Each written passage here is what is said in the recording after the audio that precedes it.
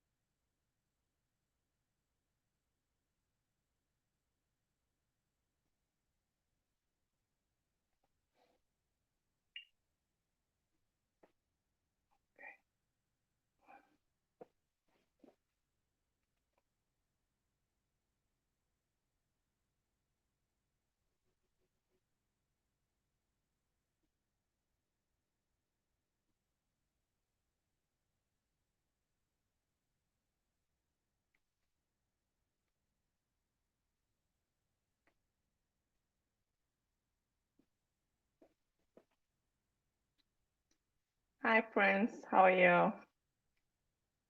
Of course, you can join in. I would love to have you too.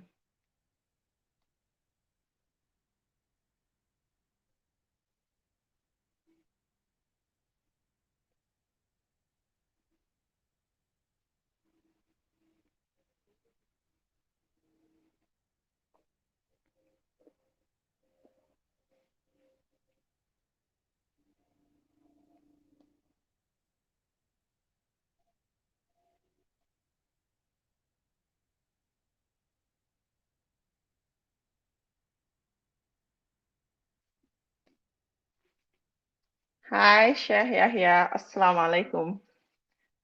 How you doing? Thank you for joining. Hit the like button as you join, guys. Thank you. Abina B, blessings and love from the States. Thank you. Sending you back my blessings. Thank you for joining, guys. Thank you, thank you, thank you.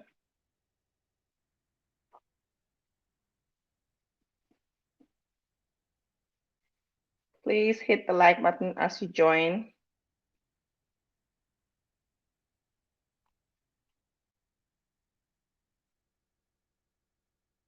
We're just gonna wait for about a few minutes so more people can join. I'm sure you guys can hear me, right? Can you hear me? Say yes if you can. Hi, Marcel. I'm doing good. My family is doing amazing. Thank you.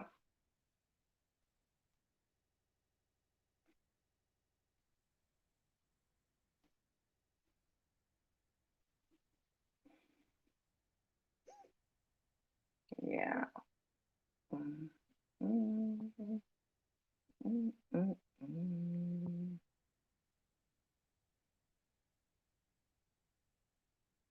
Okay, you guys can hear me. All right. Thank you. Thank you. Thank you. Hmm. You know what? Hold on. I forgot to share this. Let me quickly share it.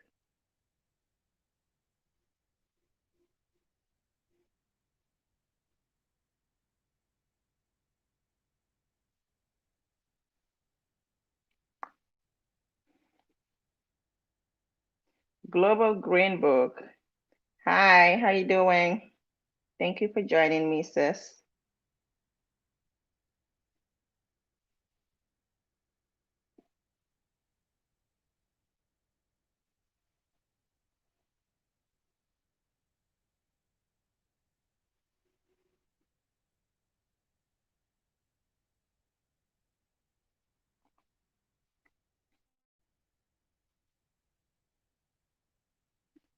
Tanika Salam. Thank you. Oh, thank you for subscribing, Tanika.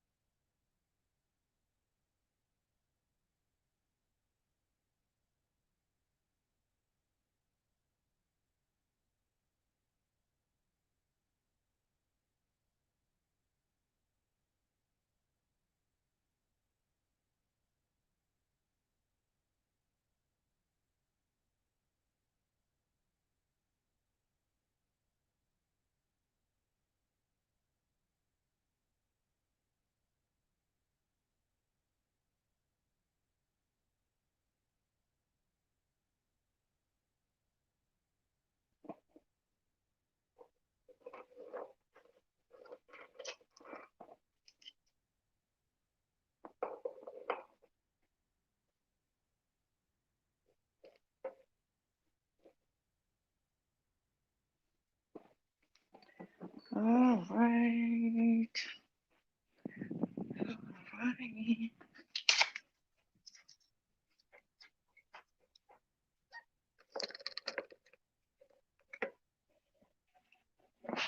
Alrighty. Okay, so we have 19 people watching. Please hit the like button if you didn't already.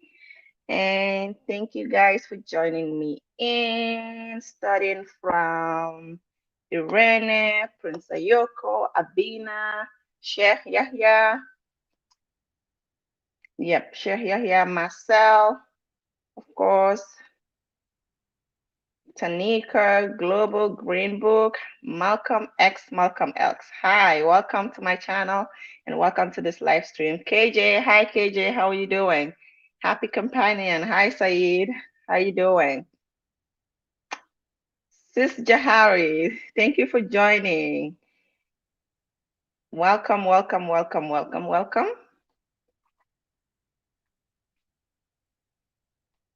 Welcome, and please go ahead and share if you can. Like Saeed, go ahead and share if you can on YouTube. Thank you.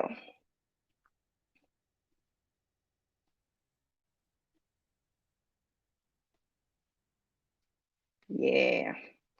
Ibrahima, how you doing? Thank you for joining me. Thank you so, so, so much. I really appreciate you guys. All right. So today's topic, of course, by the title, you guys already know. It's going to be a dope one, you know. I think so. I think it's going to be a dope topic. You know, I think we're all going to leave, and we're all going to learn something from today's topic, including me, because um, I am a big part of this topic and I would like to learn a lot. So if you guys can come in, I would really, really, really appreciate you guys coming in and, you know, sharing your opinion with us so your sisters can learn as well. Because, yeah, anyways, so the reason why I decided to do this topic today is because there has been a lot of misunderstanding going on based on this topic. And when you say the submissive wife, a lot of people don't like the word submissive. I don't know. Well, I don't have a problem with it, you know. It depends on how the person takes it. But I noticed that a lot of people don't like that word, submissive. So yeah, so today, like I said, who is a submissive wife? It's more like a question that I'm asking as well. And I know a lot of people would like to hear answers of different people, especially people like Uncle Yahya, Sheikh Yahya, I'm sorry, Sheikh Yahya, and some of the guys that are on there. We would like to hear your opinion about that. Based on religion, either being Christianity or Muslim. It really doesn't matter, you know. So, yeah, I think this topic is very interesting. I think it is too. Submissive is just another name for helpful. Okay, another name for helpful. Okay, so like I said, I was watching a couple of YouTube videos before I start this live because that's why I'm late, and then I was taking care of my kids. But I was watching a couple of videos to see what people are really saying about a submissive wife and should women be submissive. And quite surprising, it was like a mixed feeling. You know, I see some people who say yes, women should be submissive to their husband because religion says you have to be submissive to your husband, not necessarily that you will be controlled by your husband. But then I see some other people who say, no, I don't want to be a submissive wife. I don't want nobody to control my life. So you see, it's like a mixed feeling in this topic. Everybody, you know, but I feel like some people don't understand what submissive means, like a woman being submissive really, really means. That's why they're saying that they don't want to be, because so many people misunderstood it for being controlled by a man or like being treated like a slave by a man. Okay. And I would just say these are the people that don't understand what the word submissive, like what the word a submissive wife itself means. That's just my opinion. But yeah. And I was listening to another YouTuber who is a very big YouTuber who was also saying that um, African men treat their women like slaves, and that African men treat their women like children as well. Yeah. So somebody said they treat their women like a slave. Then somebody said they treat their women like children because they just want to them to do whatever they say, like just like you're bringing up a child. So I don't know what that means, but these are some of the things that I heard about African men because African women are considered to be very submissive. Well, not all of them, because nowadays, you know how it is. So I don't have to say that. So our men will call it oh, African women are now westernized, but hey, I think I quite understand why they're saying it. Yeah, I don't think African women are being controlled by their husbands. I don't think they're being controlled by anybody. In fact, I think they're just doing what they were taught to do. You know, um, I am an African woman, and I don't know if I'm submissive, so I'm not gonna come here and say I am a submissive wife. The only person who can is my partner. So I can't just speak for myself like, hey, I'm a submissive wife. I know that I'm trying my best to make my marriage work. I'm trying my best to be submissive to my husband, to respect him. So I'm trying my level best. You know what I'm saying? Though I am human and I am bound to make mistakes, so definitely I am going to make mistakes. I am going to be hurting him sometimes. But what matters at the end of the day is that we're going to come to an understanding and agreement with mutual respect. So yeah, to me, first of all, I'm gonna define who a submissive wife is, in my opinion. This is what I think. I think that being submissive is taking care of your husband. I am a Muslim woman, so religion taught me and culture also taught me to take care of my husband. Like I have to be doing my cookings, I have to be cleaning my house, I have to take care of my kids, I have to take care of my husband at the same time, and I have to basically just do my matrimonial duties. Apart from that, I think a submissive wife is also me as a lady stepping back a little bit so that my husband can lead and perform his manly duties.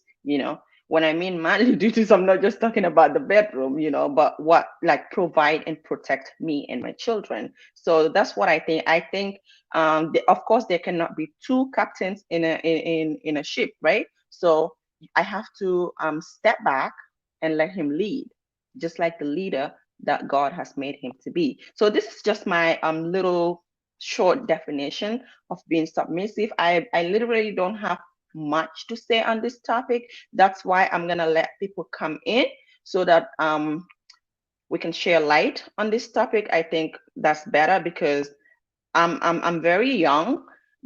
I've been married for over 8 years now, so I'm really young, so I don't know much. I'm trying to learn from different people, from scholars, from my elders.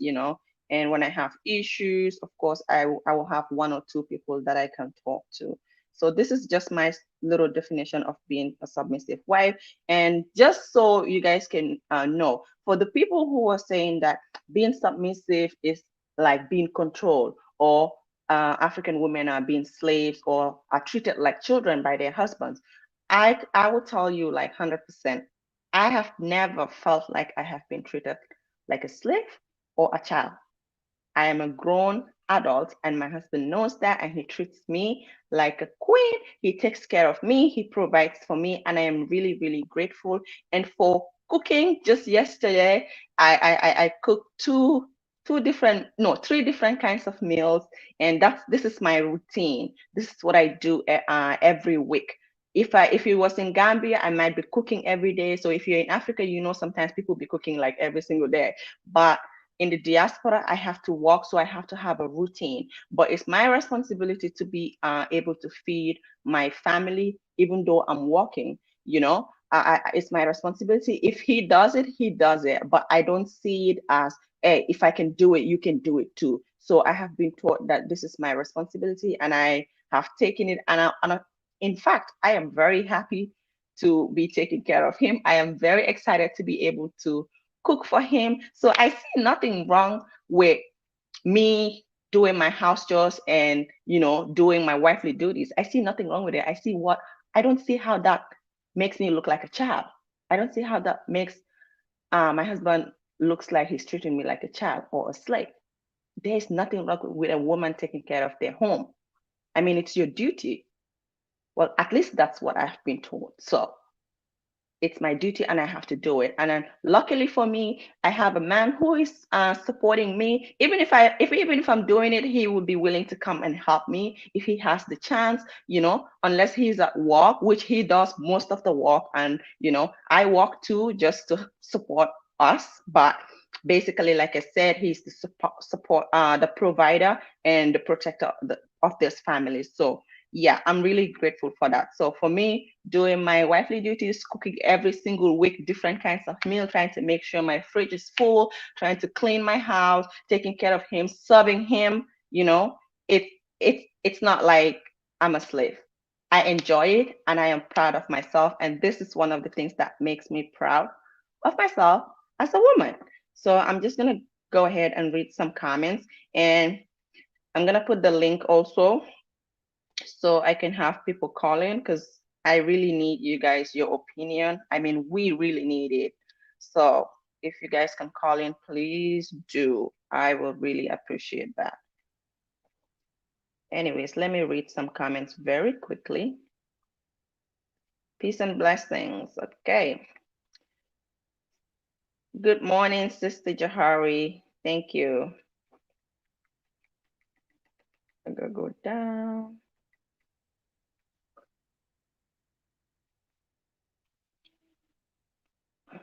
Okay.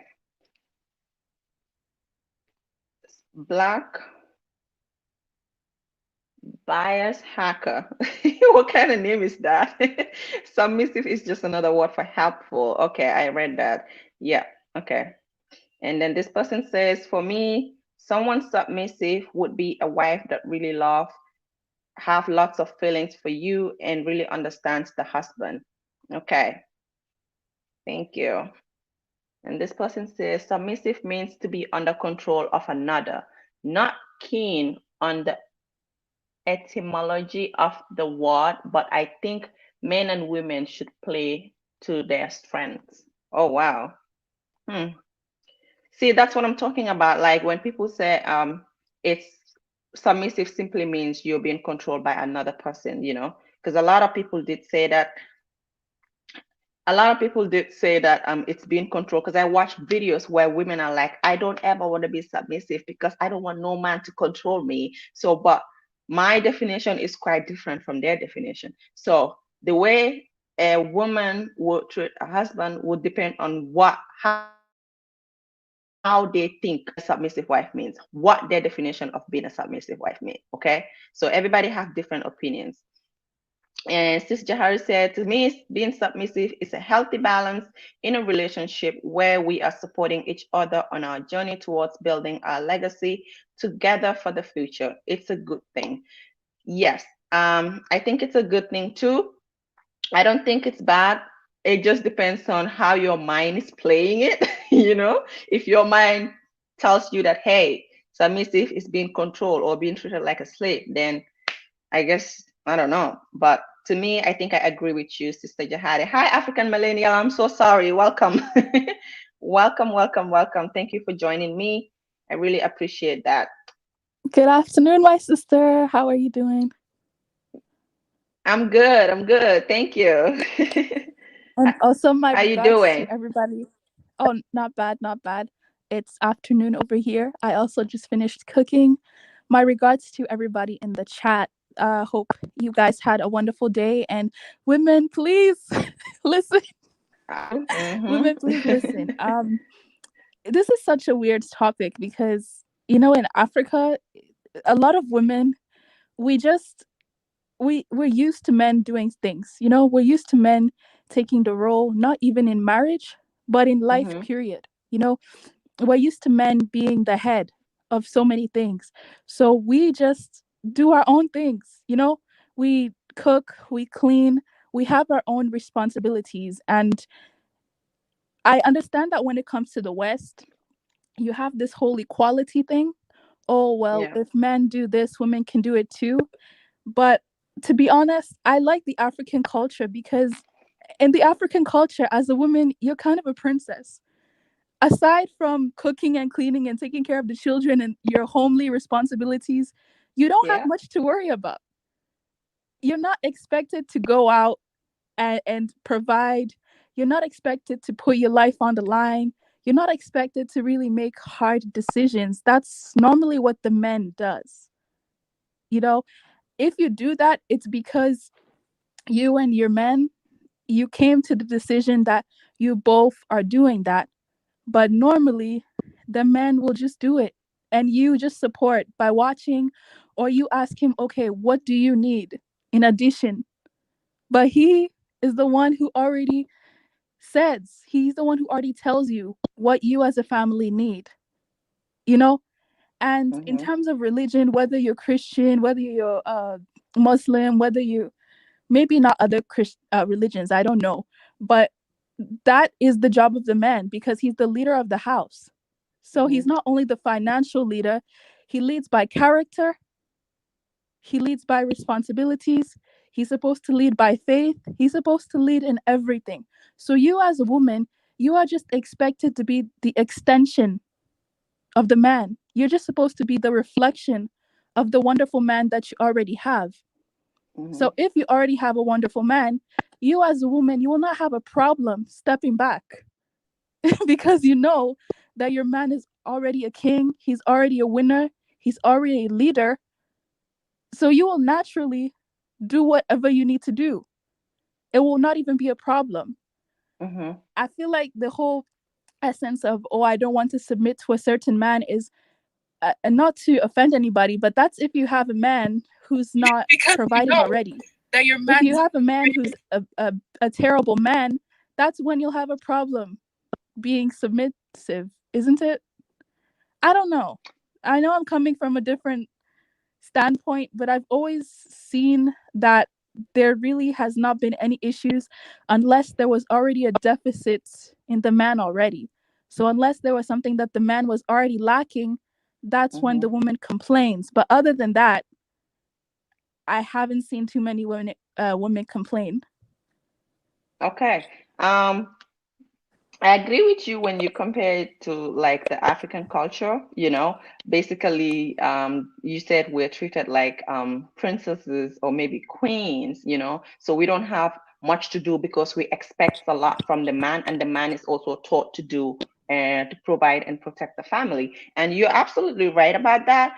But when it comes to some men, you said some men might be not doing the right thing. That's why the woman might not be submissive. I think only the men can answer that, because I've heard a couple of men who would say, the women would just not submit whether you provide or not. So they're doing all they can, but the woman just don't want to, be submissive. I don't know. I don't even like to use the word, but the woman just don't want to be submissive, but they're trying their best. They're providing, they're protecting you, but like the woman just wants to have equal rights. Like I said, there cannot be two captains in a ship. They just feel like some women want, they just did, hey, whatever a man can do, I can do too. So if I can cook, you can cook. If you can do this, you can do this. So, and I understand that, but what I'm saying is that, like, having it in your mind that it's your duty and responsibility to feed,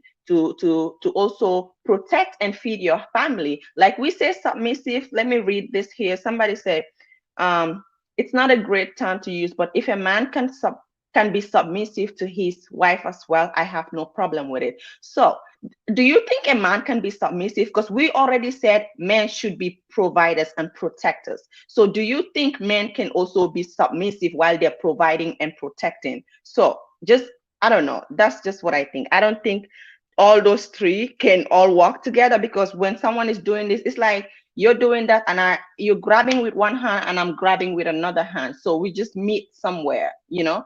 But can a man be a provider, be a protector, and be submissive? What do you think about that? I think you're muted.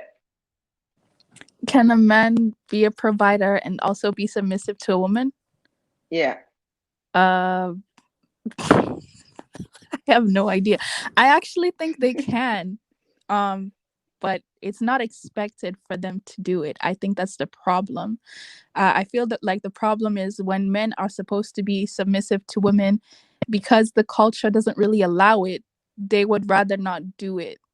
But I feel like if you have a good man, then that is not a problem. But the only issue I see with African culture, or it's not even African culture, but when you even come here, it's like, for instance, some men over here in the diaspora, they don't help the women in when it comes to household duties and household chores, because they see that it's beneath them. But if the woman is not doing her best in household duties or household chores because she has also worked to provide for the whole family, I feel like that ego of the man should be put aside. But because men are not expected to do that, they won't. A lot of them will not do that. Okay. Okay. I get what you're saying. And Afro Millennial. Hi, Sin Love. How you doing? Thank you for joining. Hello. Hi. Hello. How are you? I'm good. How you doing? Thank you. Pretty good. Well, I'm excited to finally catch your live. I always end up getting to watch the replays, so I'm pretty excited Okay. to be for live. I love the Wolof and the languages that you share. So I Yeah. always enjoy. Thank you.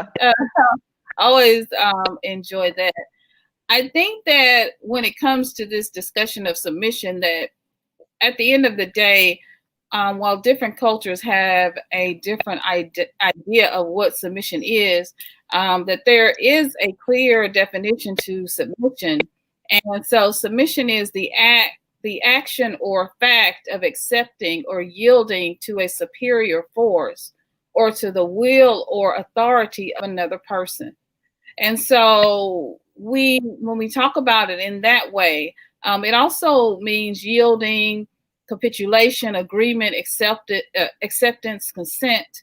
And so when we look at the classical definition, it is what it is. I mean, submission is what it is. And so many times we do kind of feng shui, I call, feng shui the word submission, and redefine it for ourselves. But there's a real connotation for and a real meaning to what submission is. And I think we have to acknowledge it for what it is. And I think maybe in our modern times that it's just time to come up with a new word that really describes what it means to be a wife and what it means to be in a relationship in a African culture, whether you are in the diaspora or you're breaking. You're breaking a little bit, so okay. I don't think the people in the chat can hear you. Yeah. So I just think that it's time that we have a real discussion and maybe even a redefinition or a new word rather than using the term submission. I have been married for 30 years. And so I married to my husband for 30 years, and we have been in a relationship for over 30 plus years. And so I came from a very strict Christian background. My grandfather was a pastor, and so submission was extremely important in that culture. And so when I met my husband, submission was not important in his culture. What his mom and dad had was very different. It was two people working together to build love and to build a family. And so what they did was, was very different from what I had seen and what I had experienced growing up. So we decided to create and craft our own relationship, to design a relationship that was best for us. And what that meant for us was this ebb and flow and movement within the relationship, where whoever had the best skills in whatever area, then we just allowed that skill to shine. Whoever had, I'm not great in finances, so that's his skill. That's where he shined, managing the budget, managing all aspects of the budget. That is where he shines. So it's natural. It's just a natural thing as we come together as one union to work together and to love each other. And that's why our marriage has been so successful. And that's why our children are now successful. I think even with girls and with women, especially in American culture, when you see that, you have one spouse for whatever reason, for one spouse who is having to always subjugate or bow themselves to the other person, you be honest and real as we as women, that a little piece of us, if we're always the ones that has to bow to someone else, in American culture, the way that submission is defined, that just a little piece of you dies. That just a little piece of you is not truly able to be who you are. Fortunately for me, and I say this all the time, I am married to an extremely strong man. So because he's extremely strong, it's very easy for me, who I'm a very strong woman, it's very easy for us to get along because he respects me and my value, and I come from a place of thoroughly respecting him and his value. He is my king. And so what we have come to understand, more important than submission, is love. Because I love him, I will do anything for him. I will go to the ends of the earth for him because I love him. And so sometimes we get into the conversation about submission, but there is something that is even higher than that. And that is love, because he loves me. Even the YouTube, all the things that I do, he completely supports all of the work that I do because he loves me. And so it's never been a problem. We have a very strong son. It's never been a problem for us in the relationship, because we understand this, that we are one united force, one family that works together and that loves each other. Okay. So you're saying that if you love someone, you will be willing to do anything, So the word submissive or being a submissive wife is really not necessary when you love someone.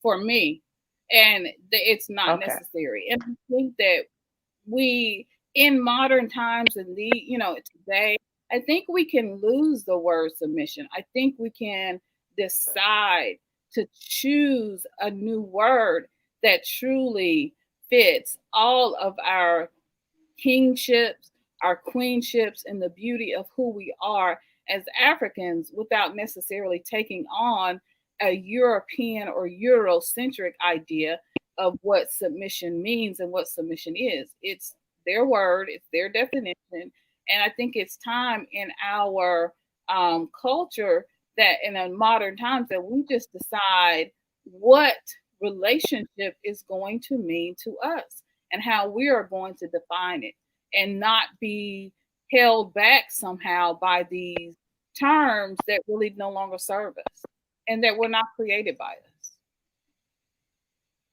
Okay. Thank you. I get what you're saying. And for what you said about if you love someone, you should be willing to, do for them. I agree with you, because when I look at it, I have never like used the word submissive. I have never, it has never crossed my mind. Even when I was in Africa, we don't even talk about submission. We just talk about caring for your family. So it was when I came to the diaspora, then that's when I heard the word submissive. In Africa, yes, then because I heard people saying that Africans are very submissive. Then I was like, what is being submissive? Because I didn't know the word. I didn't know what I know the word, but we've not been using it in marriages. You have to be submissive. Women have to be submissive. We don't use it. It's just that women know what to do, and they're what to do, and men also know what part to play. That's what I knew. I didn't know anything about marriage called submission or being submissive. But since I came here, different people talking about being submissive. Africans are too submissive. I don't want to be submissive. It means controlling me. I'm like, so maybe they're saying what I'm doing is being controlled. I don't understand. But like you said, if you love someone, you should be willing to do anything for them, and vice versa. The man also should be ready to play their part. And hi, Prince Ayoko, how you doing? Thank you for joining the live. I really appreciate you coming on board. You are muted. I unmute you. Go ahead. Okay. Good evening to you, and good evening to your cherished viewers. I'm sorry, but you're breaking. For can you guys hear him? Because I can't. Sorry. So if you guys can, let him know. Okay, please, can you hear me? Yes. Yes. Okay. So good evening to you and your cherished viewers who Thank you. on this chat. For all of us to kind of try to just talk about this. We are just trying to talk about it, but it's not something that we can just change in due time, because it's this kind of submission between a man and a woman has to take a very long journey for us to remind ourselves about the real we. When I say the real we, I'm talking about we, Africans, as in general, both Africans at home and the diaspora. Because when you check on my comment about this particular issue before calling in, I think I have already said it all day. So the whole thing is that, you see, we, those who are at home, who were being raised in a different way, such that we know the role of a man in a relationship, and then we know the role of a woman in a relationship.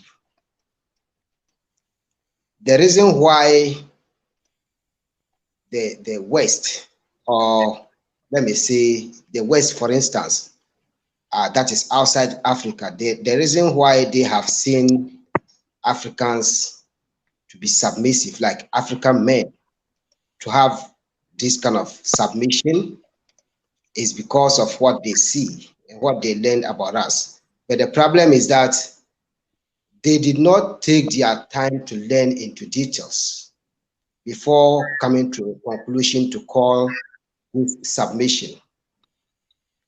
It is not all about submission. You see, a man and a woman are people. Oh, sorry, I just had a power outage. What I'm saying is that a man and a woman are two people that has to have an agreement before coming together. Yes. And even before they start this, the man has to take some time to know that this woman will be able to agree with me in any way that we move on in life. And the man also has to agree that when I'm wrong, this woman will prove me wrong. When I'm right, she will still prove me right. And in that way, when a man and a woman is able to hold that together, they would have obedient children. So in short, what I'm saying is that, you see, the word submission is not what we think it is where we live, that is Africa. Because in Africa, there is a work that a man has always supposed to do in the family, and there's a work that the woman also has to do in the family. So in this particular issue, a woman has got a role that she plays in the family. The man has got a role that he plays in the family, and the children also has roles that they play in the family. So like it has been divided. The responsibilities has been divided into several times. Everyone in the family has a responsibility. It has got a limit. So when each one has work, when each one is able to work beyond their responsibility, then that is a different, that is kind of, above what they're supposed to do. And we say that they have did even much better. The African man, for instance, will never let his wife do a laborious job whilst he knows that this is what I'm supposed to do. He can only let the woman do a laborious job if that is her work. If that is what she has to do. And moreover, for a woman to accept what the man says, it all depends on what the woman is supposed to do while she's not doing it. That is where the problem will come. And this is what they call it, this is what they take to call submission. Because when a woman is supposed to do something and she's not doing it, and the man become angry and try to be like, do this, do that, that's your work or whatever, then it will be like the man is forcing the woman to do what she don't want to do. Whilst the woman definitely knows that this is what I have to do. So this is not about submission. You see, in the African culture, the man is supposed to do what?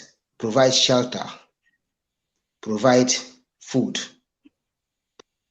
and to work for the family to have a good life. But the woman has certain things that she also has to do to contribute. So when it gets to a point where the man is doing it and the woman is not doing it, the word submission will appear there. When the woman is doing it and the man is not doing it, the word submission will appear there, because the woman will try to let the man know what he's supposed to do.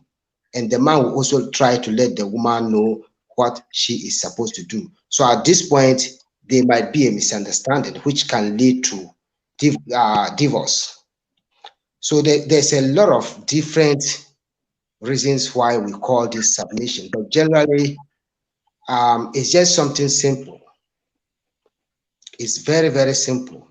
The word submission is not what it is, but what it is that when the man is able to contribute his quota into the relationship by way of working hard to provide whatever he has to do in the family, the woman has to also show that she is also ready, to work up to expectations with regards to her responsibilities and make it happen.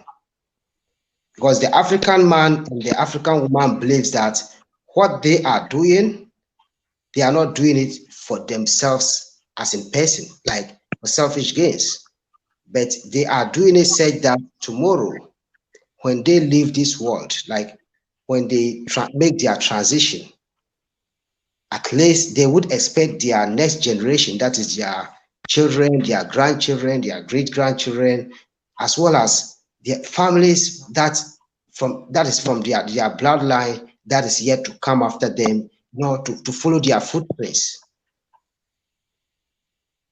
So anything that the African man and the African woman does to uplift the next generation, they are not doing it purposely because of them, but they are doing it because of the next generation that is yet to come. So when this is going on and the other party don't understand and don't want to work up to expectation, that is where the way submission comes from. So it's all about understanding. It's all about understanding. When a man understands his wife and the wife understands his woman, I don't think, sorry, when the man understands his wife and the woman understands her husband, I don't think there will be something called submission there. What we will have there to call is understanding, moving forward, growing, and what? Staying focused with regards to the mission. Yeah. It's just simple. But the Absolutely. problem, Yeah, I agree. I've, I definitely see that yeah, in I've my ever, own I've ever met, marriage. Yeah. I've ever met a friend from the US who told me that, look, my brother, whatever you told me all the time, when I look at it, I think about one thing. And that thing has been on my mind for a long time. And I say, hey, what is it? And he said, there's a proverb in the US or there's a proverb in the diaspora that says that the American mind has spoiled the African shrine. I'm not referring this generally to the American mindset, but what I mean is that the mindset of the West, the mindset that the West has, be it blacks or whites, is gradually fading up our own way of living that our ancestors have left for us, taught us how to live, to have the freedom, like just 100% independence. But sometimes our thoughts and our mental slaveries are denying it and making it harder for us each and every day. Yeah. Wow. I agree. So, and therefore, it's high time for us to think very well. An adult is a person that is supposed to think so deeply before coming out with a decision. When an adult just look at what is going on right now without looking at the future, raising his or her head to look up and see what is ahead, then that is a short thought and not a deep thought. So, and therefore, it's high time for us to work this, whatever time it can take us to work with, in order to make the difference. Else, when we continue to be in these kind of struggles each and every day, look, we will remain there forever. So that is what I just have to share. Thank you so much for your time and thank you so much for listening. I wish you all, and thank you so much to you, my sister, Samis, what? Yes. Um, my sister on the other side, and our elder. I know our elder is right here. Thank you so Yes. much, all of you, and all your followers. I thank you Sure. so much. I pray that um, our ancestors and the Almighty Allah will lead us to the right path and Of course. make us come back to our senses and think about who we are. It's thinking about who we are that is worrying us and that is creating all these problems for us. So I pray that we will each and every day as we keep sharing ideas and everything, people will understand and learn from what they hear, what they see, to make the difference and to be free. Thank you so much. Thank you. Thank you, Thank you, Prince. Prince. All And right. I agree with what he said. He said, it's when we feel like we've been forced to do something, that's when submissive comes in. If I'm doing something and my husband is not doing anything, and he's telling me no, if I'm not doing something and he's telling me do this, do this, do this, he's forcing me, then I feel like I am being forced to do something, and that's when submissive comes in, and vice versa, he said. So I completely agree with him. Absolutely. I don't know what you Seeing Love and African Millennial has to say to what he said. And of course, thank you for joining in, Share here and Empress. Thank you guys for joining in. I appreciate you. But Seeing Love, I see you want to say something to what Prince has just said. So go ahead. Yeah. Detail. Let me just greet Sheikh Yahya and said I wish I could share a picture of my father, the late king of Mialagu, for him to see himself and my father. Look, they look much alike, very, very much alike. Yeah. And the last time when I talked on this platform, he was around, and today, you see, fortunately, he's around again. So I bow down to greet you. I pray that we will be able to accompany you to a very far distance. And I pray that you have a long life, good health, and abundance of wisdom to lead us and to share with us what will benefit whilst you are alive and after you're gone. Because you don't pray that we will live before you. You pray that you will live before we follow you. So whatever your prayers is, I pray that it will come to reality. Thank you so much. Thank you. Yeah. I'm into that. I'm into that. And I'm gonna let Chef talk, but Saying Love, go ahead. Well, I just love the way that Prince Ayoko described it, because this is what real love, this is what real marriage is, and I play out so much here in the Black community. One of the things that of the marriages I honored and loved so much when I was growing up, the ones that really, really worked in building strong Black families and having strong Black children, were the families where brothers and sisters, where kings and queens came together in this mutual respect. And so I watched them as a little girl grow up. I watched them have these beautiful relationships and work together and love each other. And the wife would have this, it was this, the wife and the husband, it was this ebb and this flow of bowing to each other and loving to each other and allowing the divine masculine and the divine feminine to exist in a way that was healthy and that was love, real love. And so when Prince Yoko was describing that, it really made me think about my own relationship with my husband. And I say this all the time. My husband is extremely strong person, and so it takes an extremely strong woman to be with him. And so because of that, and because I have this, when he walks into this room, he has this presence, and he's a very powerful person. And so it's easy, right, for me to, because of how he treats me, because of the way he loves me, because of the way he loves our children, and he loves his family and our, the communities that we've been in. It's just easy, it's seamless for us then to work together and to create a beautiful life for each other. And so I think in this, and I've said this before, that it's our time now to redefine the kinds of relationships that we want to have, and not re-enslave each other and not re-trap each other with words and with ideas that no longer support us, that no longer truly build Black families. And so, and I think for me, the word submission has a definition. It just is what it is. You can have a different interpretation, but it has a definition of what it is. And with that definition within it becomes, all of these gender roles. And sometimes it's, for someone put in the chat a little bit earlier, well, what happens if the man gets sick? Well, what happens if the woman gets sick? And so for me, I have, for example, I've always been a stay-at-home mom. I have worked outside outside. I've worked as a medical writer. I've, done other things.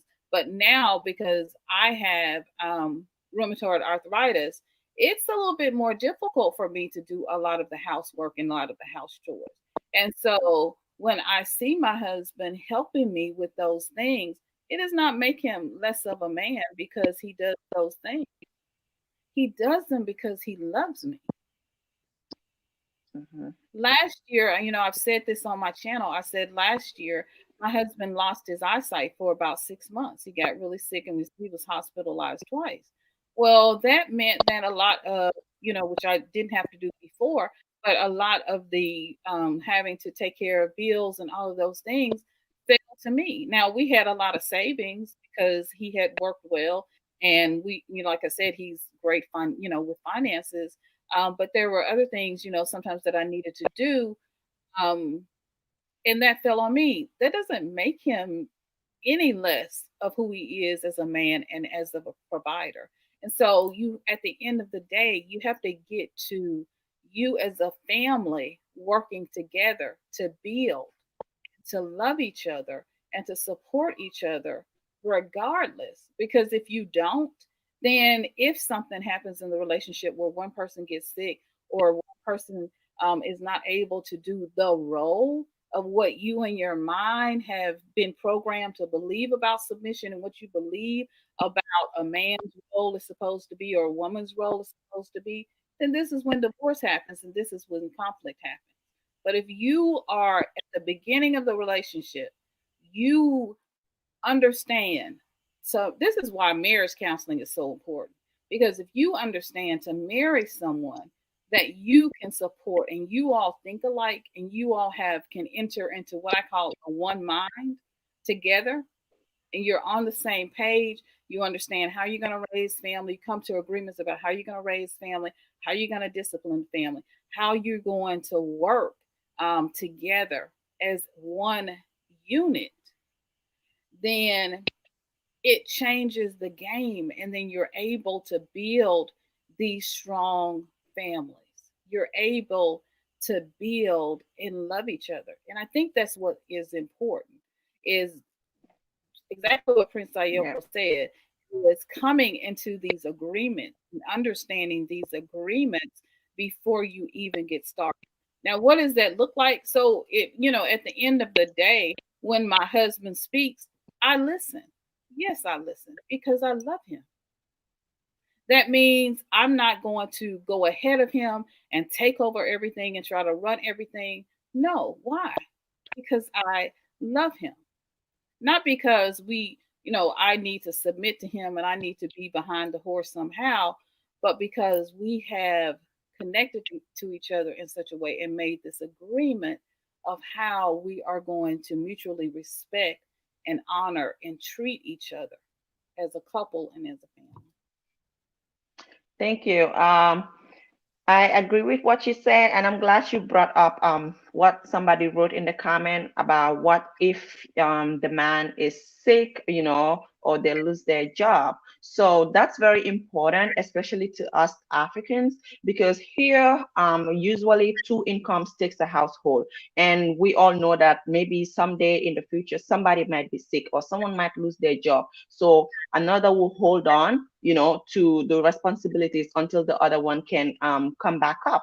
But in Africa, for example, if the man is the one that is doing a lot of things, because I've seen or heard a lot of African men who said sometimes, when things happen and the women have to step in and take over some responsibilities, maybe because the man lost their job. When you think about it, how difficult it is to have a job in Africa, job opportunities is very hard to find, So when you lose your job, it can take a while for you to get another job and take over your family responsibilities again. And if that happens and the woman takes over, sometimes, I don't know if it's too much stress, but they think that sometimes the woman can be they can change all of a sudden. You might have the very best submissive loving wife, but you have to look at it this way: the man is the one doing basically everything, and when the man comes back home, the woman has already cooked, served you, treat you like a king. But when roles change, maybe, and then you are at home and your wife is working, sometimes some men feel like there's a lot of disrespect that comes from us women when that happens. happens in Africa. I don't know about here, because here everybody is used to walking. But in Africa, they feel like there's a lot of disrespect that comes from women when we take over responsibilities. And for me, what I did is, I don't think we have to wait until we face difficulties to be able to plan for the future. You know, like what I do is, we live in our home, and my husband makes more money than I do, of course. But what I did is, when I realized that, okay, this pandemic is here, interest rates have gone down.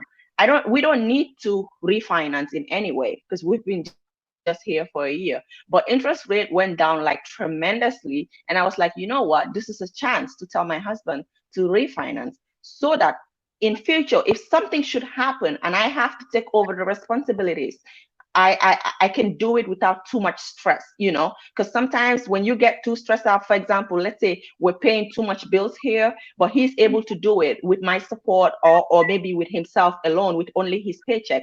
But God forbid tomorrow he's not here, or he's sick, or he lose his job. Now I have to be the one to take over. You get what I'm saying? And I can get a bit stressed out if that happens. And if I'm stressed out, he will be stressed out, because it's gonna be so uncomfortable in the house. I would just start taking my stress off him or other people. But trying to secure the future, trying to plan for the future plays a big role here. Now, we did put we did refinance. I know that we don't have a lot of bills. Today, God forbid, if he lose his job, I know I can do so many things until he's able to bounce back. So these are some of the things that we also don't plan. And when women have to take over responsibilities, it becomes stressful. Then men feel like they get disrespected because the woman is the one doing everything now. So I'm glad you brought that up, because I was reading that comment. I'm like, that makes sense, because a lot of African men will complain. If you notice, African men, they don't ever want women to take over, because they would say, when women are doing things, the respect is it comes down a little bit. And yeah, basically that's what I wanted to say to that. I know Prince Ayoko wants to say something, but I'm gonna let Empress talk first. Hi, Empress. Thank you for joining. And I'm sorry that you've been waiting for a while. No, it is no problem. Greetings, family chat. James is here. Welcome, panelists. Greetings, panelists. Okay, this topic We means so much we to can't me. hear you. Can you speak a bit louder? Yeah. Yeah. Can you hear me now? Okay, let me just put the phone next to me. I don't know where my. Oh, here goes my. Let me put my We can earphones hear you in. Maybe now. that'll help. Yeah. I'm on my, oh, you can hear me now? Okay. So, in regards to submission here in the West, it to me, what I've noticed, We breaking up, I submission think. was taken out of the I'm not sure. equation. Can everybody hear me? I'm breaking Yeah, up. we can hear her. We can hear her. Okay. So, one of the things that I seen in the West, because I cannot speak for the continental Africans because I don't know what it's like over there, but living here in the West with the way our system is set up, it's set up to have us think of submission in a negative way. And that's for a reason. It's designed that way. It's designed so that women feel like, a lot of times you'll find in a lot of households that the woman may make more money than her husband, may be the breadwinner in her home. And it is made it's by design, first of all. And then on top of that, they try to put a negative connotation to the word submissive and emphasize on it so that women are like, want to be the head, the lead, and want to control a man, and forgetting that men are natural leaders, and a lot of them, they don't want to have their woman making more money than them, leading the household, taking the household. And I can speak on this because I have dealt with that personally in my marriage here. And it wasn't because they were hardworking men. It wasn't because they didn't want to take care of us. It was just the system designed it that I was able to do more for the household than they were. And I had to always be mindful to not demasculate my husband and to make him feel less than. And I always was conscious of being submissive as a wife. So I still took care of things in regards to my household. Yes, some things were changed. Some roles had to be switched that were not traditional, but I had to always take in consideration of what a submissive wife is. And a submissive wife is, I would listen to my husband. I would take his advice. I would let him lead us. Even though I may have been the breadwinner in cases, I always had to tread on a fine line, and it's not easy, and it's very hard, especially here in the West. And a lot of African women don't understand what that is like, because the women that I've come across here in the diaspora, they don't have those challenges that we have, because a lot of times they already came in that role of their husband doing everything and them not doing, them work, not having to work, them having to just focus on their household.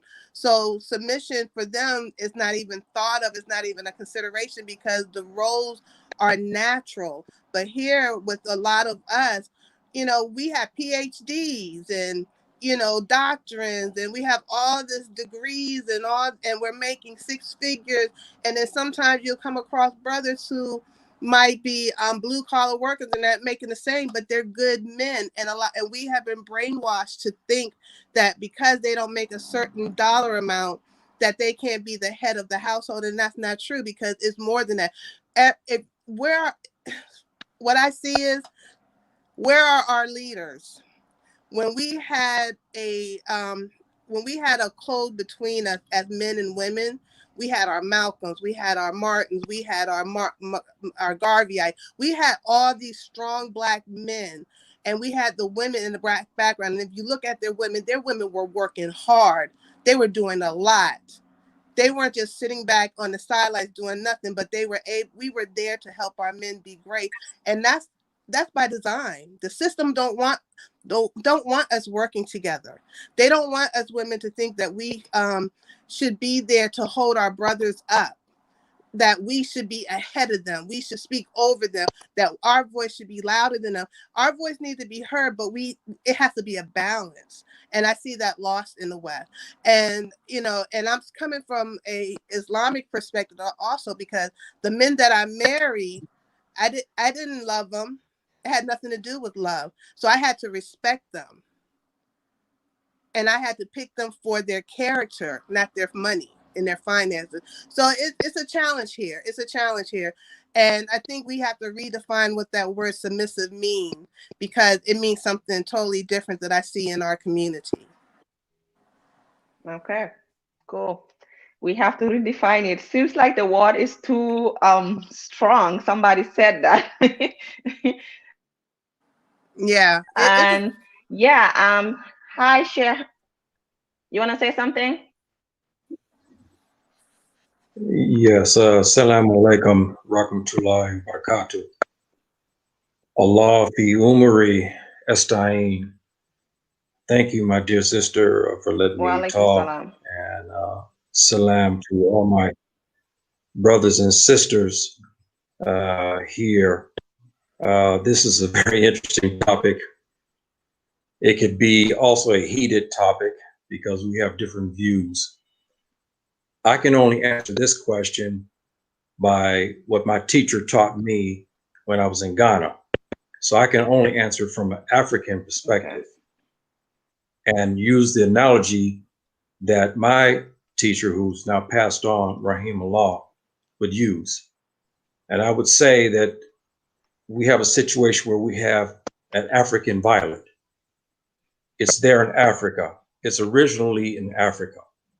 It's beautiful. It's independent. It's nurtured by the rain. It's nurtured by the land. It's nurtured by the people. Therefore, when it spreads something that's very good. and its offsprings from generation to generation is beautiful, like the African violet. So then you take this African violet and you move it to America. It's not fed with the African rain anymore. Mm-hmm. It's not fed from the food that is used to there in Africa. It's now being abused by an environment that's not conducive to the African violet. Therefore, the fruit that it produces is not the same. It becomes a hybrid. It becomes troubled. It dies. It weaks. It's not like it was in Africa. This is how the situation is when we look at this question. There's a stark difference between the African woman and, say, the African American woman. But as my teacher said, when I talked to him about this subject, he said, you cannot blame the African American woman. He said, because since she has not received the rain, she has not received the nourishment, she has not received the love that African violet receives in Africa, therefore she cannot be an African violet. And so therefore, when you talk about the word submissive, which I agree, I do not like it. She cannot be that. The African American woman, she cannot be that, because the environment made her so to where she's neither a man, but she's not neither a woman either. Yes, she's a woman as far as biological, but because of the environment, it's made her into something that's different. Therefore, as my teacher said, you cannot blame her for that. Now you take that African violet that's been abused, has not received its nourishment from Africa, it has not received the rainwater from Africa that nourishes it. You take that poison fruit that has been in Africa, then in America, then you return it, African violet that's been in America, into Africa. What happens at this point? It becomes African again because she's been nourished. If she opens her heart, she has been nourished. She becomes an African violet again. That's how I best explain that. I hope everybody can understand my analogy, what I'm saying here. And I give example of what my teacher told me. He said in the early 1960s, after the independence, he said he came across in Accra. He went and he said those days we didn't have the real speedy cars and nothing. They used, horse and buggy and so forth, or they walked. He came to Accra. He saw a woman. He said this woman standing over the side. He knew she looked different. She was an African American woman. She looked dazed. She didn't know what she was doing. She was walking around. And he talked to her and he asked her, could he help her and so forth and so on. At this point, another brother came and he assisted her and he took her to some location. My teacher said that he ran into her again in the marketplace, which was almost 10 years later. He said that the stark change from what he saw her as when she first came to Africa versus the 10 years was astonishing. He said he did not see an African-American woman anymore. He saw an African woman. When she invited him back to her house and her husband, she had 2 children by this Ghanaian brother. He watched her as her husband came inside the house. What she did for him was she always laid his clothes out because she knew what he wanted when he comes home. He also liked to drink pineapple juice. Those who had gone to Nigeria, you know what that means, because that pineapple juice is delicious because it's hot there. And so she would lay that out. What I'm saying here is this: in America, we don't do this. Now, there's something that's happened. I look at my mother's generation. My mother's generation was like that. I used to always tease my father. I said, Dad, I never see you wash dishes. Dad, I never see you even wash clothes, because my mom felt it was her honor to do it. But on the same token, I never saw my mother lift one trash outside. I never see my mother outside working. I never see my mother cutting the grass. I never see my mother paint the house. She did anything like that. And when my mother said, John is my father, I need this inside the house, I need that, my dad did it. When we were sitting at the dinner table, when they discussed matters, My mother was advisor to my father. She didn't overrun him. She did not talk to him like he was dirt. She didn't yell at him. Of course, they had their disagreements, but they discussed the matter. And then she advised my father, look, I think we should buy this car. I think we should do this. And my father listened to her. That's the cooperation. I'd rather use the word cooperation than submissive, because there's got to be a cooperation between the two. And true enough, Subhanahu wa ta'ala has made the man stronger. He's generally taller. He's generally smarter, but he also dies quicker than the woman does because of the stress that he has to put up. So therefore, since he has this role of being stronger, then he should be the leader of the family. But what has happened in America, we have reversed that role. Now I'm talking about generally speaking. We have reversed that role where we have now African women, African-American women, they are smart, brilliant. I mean, you look at them, they have this aura about them. But as I heard, I think my dear sister say in global, I can't think of global green. Yes. Okay. I heard one of her comments that she made, and I agree with her. She said, we do not know how to turn it off, because in America, the sister has to be, she has to play both roles. She has to kind of be masculine in some ways. She has to be a superwoman in another ways. So she may lose out on the femininity. And therefore, there's the problem. When she comes across a strong brother, she doesn't know how to turn it off. She butts heads with him. She begins to grow testicles bigger than his inside the house. When that happens, your marriage is just about gone. I can speak as a man, and I see a woman, and the woman comes in the house, my dear wife, and say if she talks to me in such a way where she calls me idiot, like I heard they do a lot of times, the sisters get on their men, they call them different names, they disrespect them. When he comes home, he's tired, and she said, no, I'm not fixing that for you. You go over and fix this. Or his food is cold.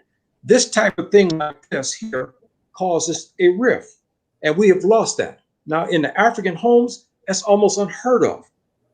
But let me go back to something, and then I'll stop here. But we are seeing African women come to America, and when they return, they have now lost this quality. They have now become like many of the sisters there in America. I was shocked when I saw some of the ladies. They were loud, they were boisterous, and nobody could stand around. No one could be around them. And some of these sisters returned back to Accra. Some of them returned back to Lagos. Some came back to Fez, Morocco. Some came back to Senegal, and nobody wants them because they have changed. They are no more African violet. They've lost that art. So the African violet that does go to America is poisoned because the environment makes them this way. And my teacher said you cannot blame the woman there. You cannot blame her because the environment is so toxic. It's so bad. It's so rotten. The food doesn't agree with the African violet. And we look at our black men and women. The food there does not agree with you. If it did, you wouldn't have all the ailments that you do have because it doesn't agree. But you go to Africa, what happens? You begin to retain your health once you come to Africa because the food is cleaner. The environment is cleaner. The rain is cleaner. Everything is cleaner. So therefore, she's a better woman. Therefore, he's a better man. And so that's what I want to say. I hope everybody can understand my analogy. Again, I emphasize, my teacher said you cannot blame the African-American woman for the way she is. And I'll say this, and then I really will stop. Now, I get upset about something when I look at the United States. I see brothers, okay, my dear brothers, who don't work and can work, but they don't work. I see our brothers talking disrespectfully to our sisters. I see brothers who do, when they do marry, they have no respect whatsoever for their wives. I see they won't lift not one finger to help her inside the house. I see that when he sits there and he's not working, she has to be the man and the woman, and then he demands for her to be quote unquote submissive to his orders when he does not even do anything as a man, okay, to help his wife. So we have those kind of brothers too. So how can this brother here turn back around and say, look, man, you know, our sisters, the African-American sisters, they're harsh. They're this, they're that. Well, brother, you're sitting at home. What are you doing? Are you supporting her? Are you bringing the culture inside the home? No, he is not. So how can this particular brother demand that our sisters, the African-American sisters, be submissive to him and cooperate with him? He has lost his manhood. Oh, yes, it's between his legs, true, but he's lost his manhood. So therefore, like I said, this issue is very complicated in many ways. And it can be very heated because many African-American women, they get defensive about it. And I understand that. But as my teacher said to me, he said, Yahya, you cannot blame her because of what has happened to her, because she was an African violet, but she was put in a land where the water is poison, the food is poison, the environment is poison. So therefore, she cannot be an African violet. And I just leave you with that. Wow. That was powerful. So I'm sure we have all heard that and learned from it.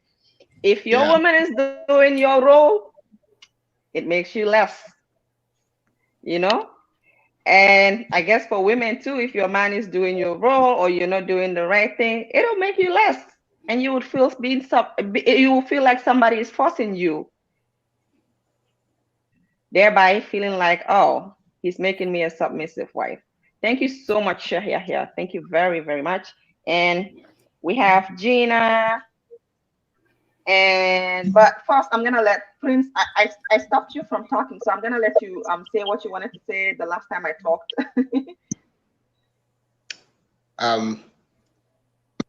Did you unmute me? Yes, I unmute you. We can hear you. Okay. Yeah, I'm very overwhelmed about what Sheikh Yahya said. I'm very overwhelmed because look, an African man or the black man as in general is always a warrior. Say the truth. Even when you are about to be slaughtered, just say the truth. At the end of your truth, when they kill you, who are they going to kill again? But with time, people will understand what you said. What you said will work, and it will remain in history forever.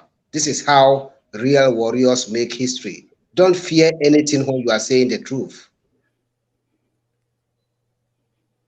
Because, look, we have a Hausa proverb that says that Shurum yafi komi, Shurum yafi komi. Shurum yafi komi in Hausa means sometimes silence is the best solution. It's a proverb, but to me, I always think like, no, sometimes silence is not always the best solution. Say it, say the truth.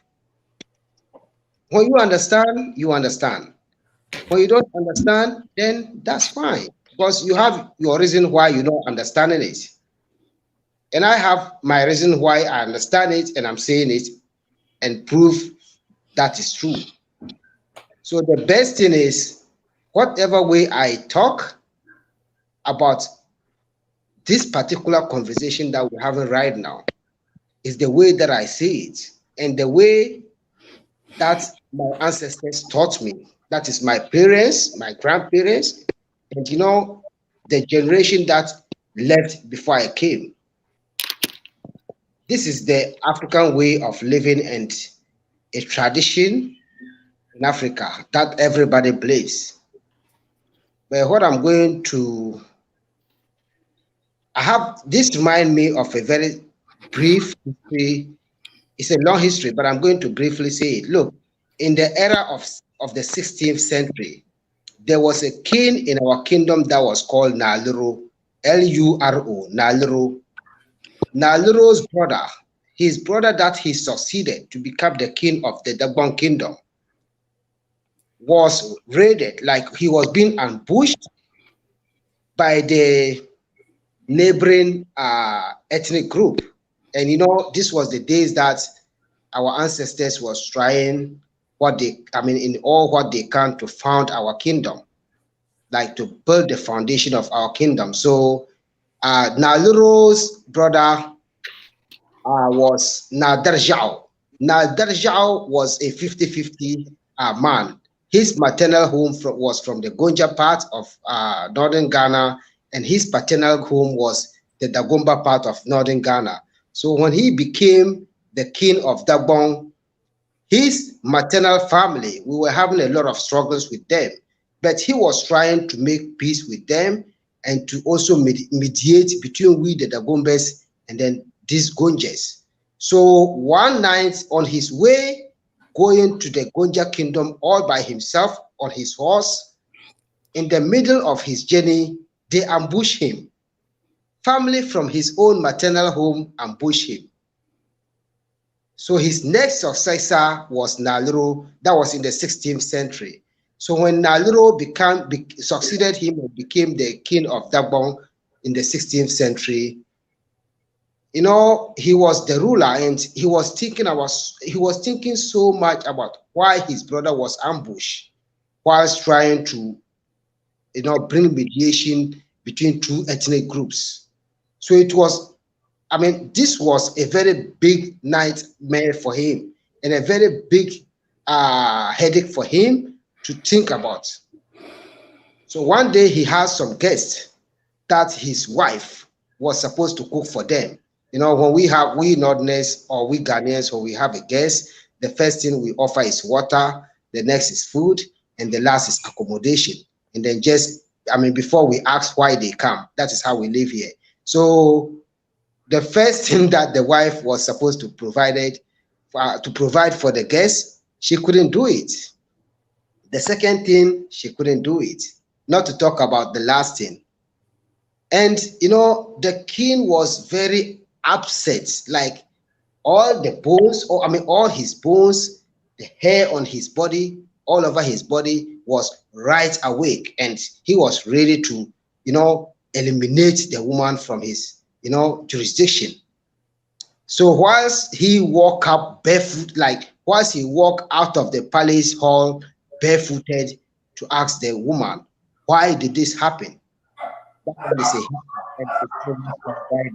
They say, there's something that happened when he walks out barefooted, but you know, it's not a time for me to bring that yet. So whilst he walk up barefooted, you know, our kings is not supposed to walk barefooted like that.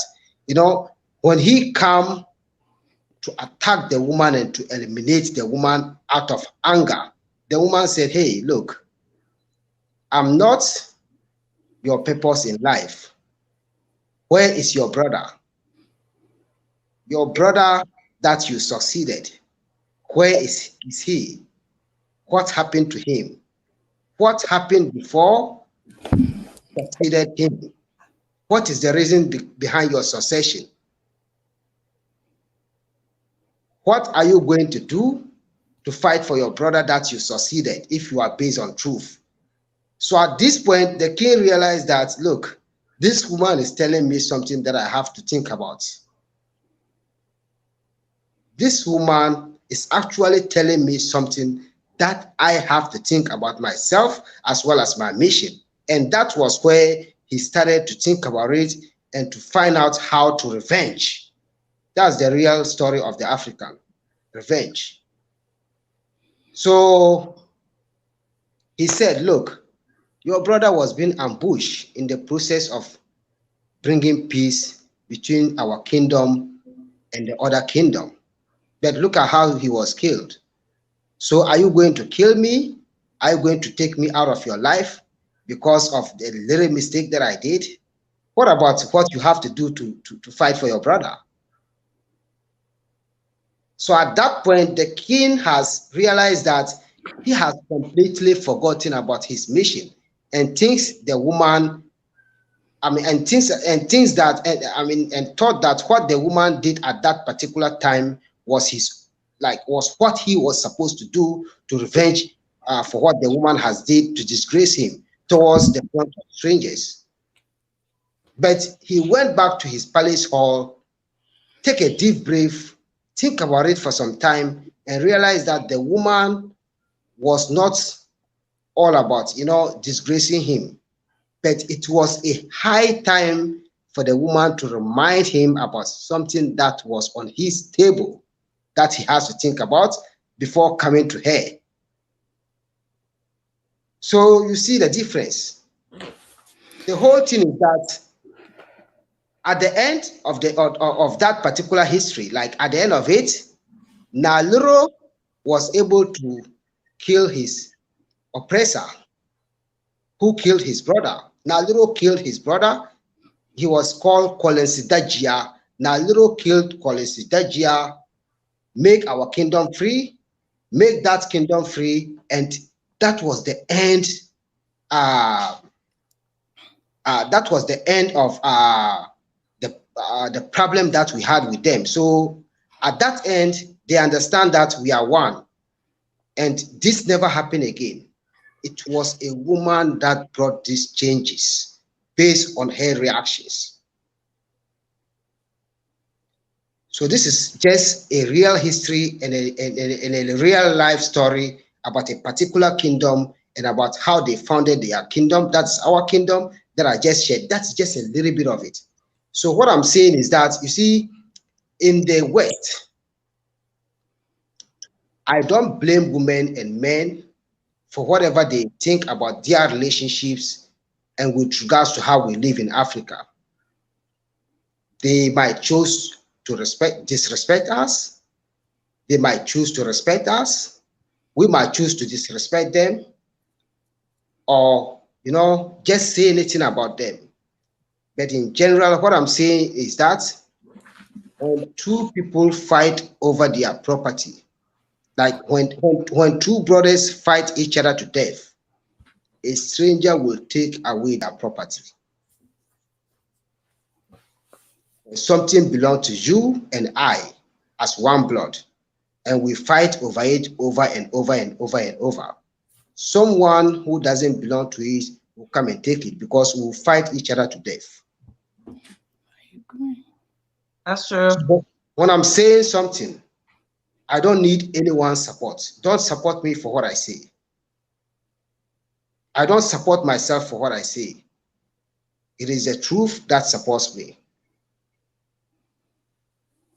I don't take myself to be perfect. I don't take the next person to be perfect. When you judge me, fine.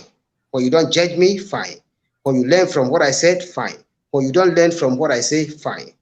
That's why when I share anything on my YouTube channel, I don't need any kind of support from anywhere with regards to ideas. But what you think that I say and what you see me do and what you believe about what I do is what I'm concerned about. And it is not a must for you to agree with me. Sheikh is here. I am not educated in the Islamic aspect of life. But there's a word that our Islamic scholars use here, that lakum dinukum waliyadin. You understand? Take your religion and I take my religion. It's not a fight. It's just a matter of misunderstanding. So it's more like take your way of life and I take my way of life. But at the end of it, the truth awaits us. You reap what you sow. You can't reap corn. Oh, sorry, you can't sow guinea corn and reap yam. You can't sow guinea corn and harvest yam. What you have put in on the ground, what has grown up, is what you would harvest. So this is just I am not going to look. This can be my last time of talking about this because I can't wait. I can't even waste my time and energy talking about these issues where people will disrespect me, where people will think negative about what I think because of what is making them who they are, circumstances. Who feels it knows it. Who feels it definitely knows it. When I feel it about me and about you, I'll say it. When you feel it and you don't feel like you're feeling it, then it means you don't know it. So I don't have to even take my time to know it. Whilst you pretend you don't know it, or whilst you are kind of low kind of thinking, or I don't want to put it in a certain way where people will say I'm disrespecting the mindsets of people. But when you get to a certain level that they call maturity, I know a lot of people is older than me here, but spiritually, and my ancestral way of life, I'm older than some old people. I best know it. Look, I best know it. And I know the ancestor that I reincarnated. I've went through all kind of the lifestyle that my ancestor was living. I don't want to move ahead so much with this particular issue about me. But what I'm saying is that when I tell you the truth, I tell you the truth. And at that point, my yes will be my yes, my no will be my no. Whatever you have to do with it, take it. Simple. So much, Prince. Thank you. Thank you so much for everything and this opportunity to talk in the front of elders. Thank you so much. Yeah. By the Banle class is here to start. It's almost about some few minutes to start. So I'm going to leave this conversation and then just go and take care of other things. I have a Dabanle class that I teach people in the US Dabanle language for the past 2 years, and it's every Friday at 10 o'clock p.m. my time, and that happens to be around 5 o'clock p.m. their time.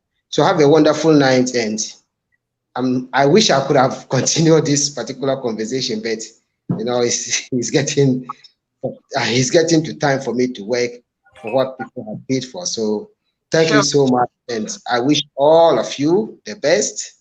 And I pray that we will still remain in happiness, even upon all these differences. You understand? Of course. Then just live happily. Let's also think about this. We have to live happily, no matter how or what comes on our table. For a woman to get divorced with a man, for a man to get divorced with a woman, doesn't mean it's the end of their life. Maintain the respect. Maintain what you have to do even when you are not in a relationship. This is about humanity. This is about love. This is about respect. Sure. You understand? At the end of it, we'll all win. United we stand. Divided we fall. Thank you, friends. I appreciate you coming on board and sharing that story with us. Thank you very much. Yeah, please. So, and everybody here has a YouTube channel. Gina, Prince also said he has a YouTube channel. So I didn't know that. If you guys want to check him out, and Gina at Bijou Noir. Empress is Global Green Book. I just put it in the comment section. So check her out. We'll be having some dope lives on there. And African Millennial as well. So hi, Gina. I'm so sorry. No. I'm very grateful for it, Prince Ayoko. I always say his name wrong. I apologize, my brother, if I'm wrong. And of course, Yaya Shabaka, you've left several messages under my videos, sir. I'm happy I finally get an opportunity to actually be on a panel with you. To be honest with you, you know, the title, I guess we're still talking about the title. Who is submissive, the African or the diasporan? I think it varies. It depends on where in Africa you go and which house you go into. And I see the same thing here. But, you know, I speak from a different perspective. I'm not African American only. You know, my people are Haitian. So I'm Haitian descent, but African American because I was born in New Jersey. So I have two understandings. You know, Haitians coming from an environment that is not different at all, not in infrastructure, not in the way that people work together in households, and not in the expectations, if I could say that.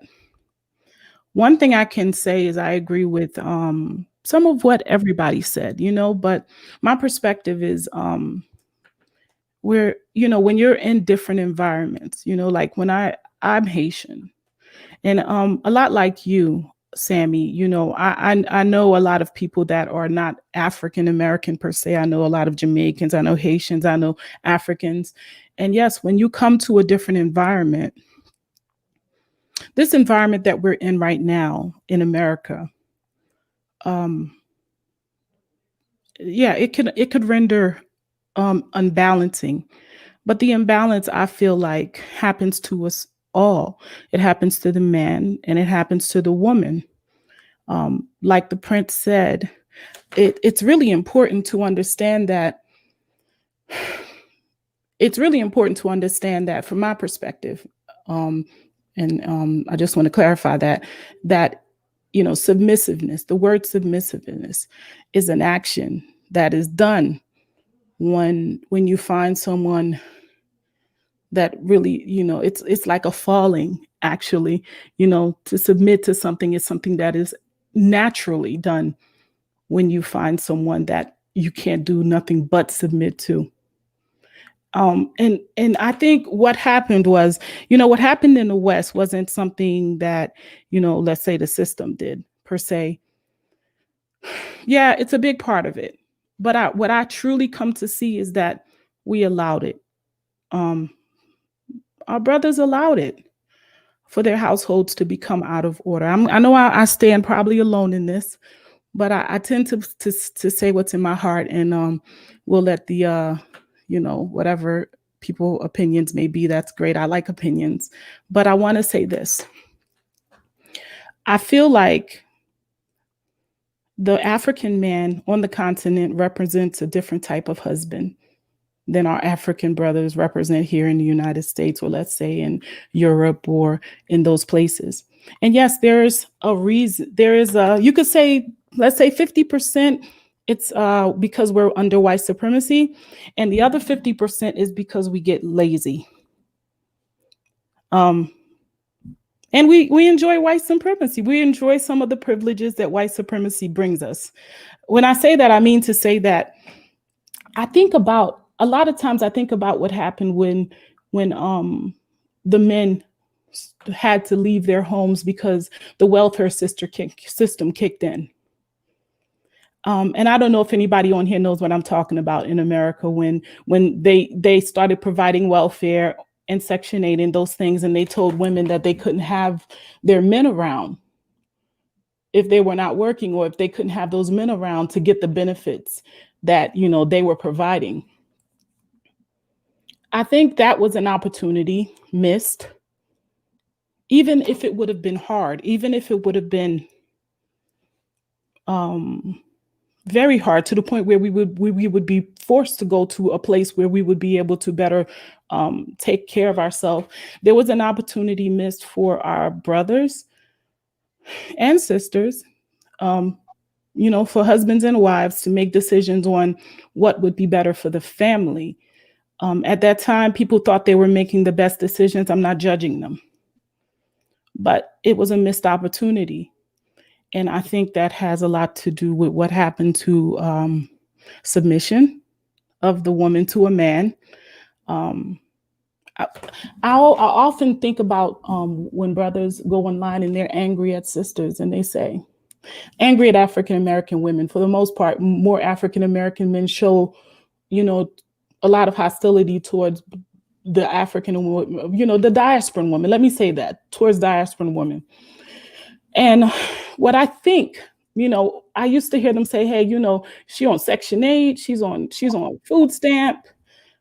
This woman, she's not doing anything. She's just sitting on Section 8 on food stamp. And I for a very long time, I used to like, coming from a Haitian perspective, Haitians, they come to America and they work 4 or 5 jobs. I would hear in Haitian households where people would say, yeah, they lazy. These African American women, they're lazy.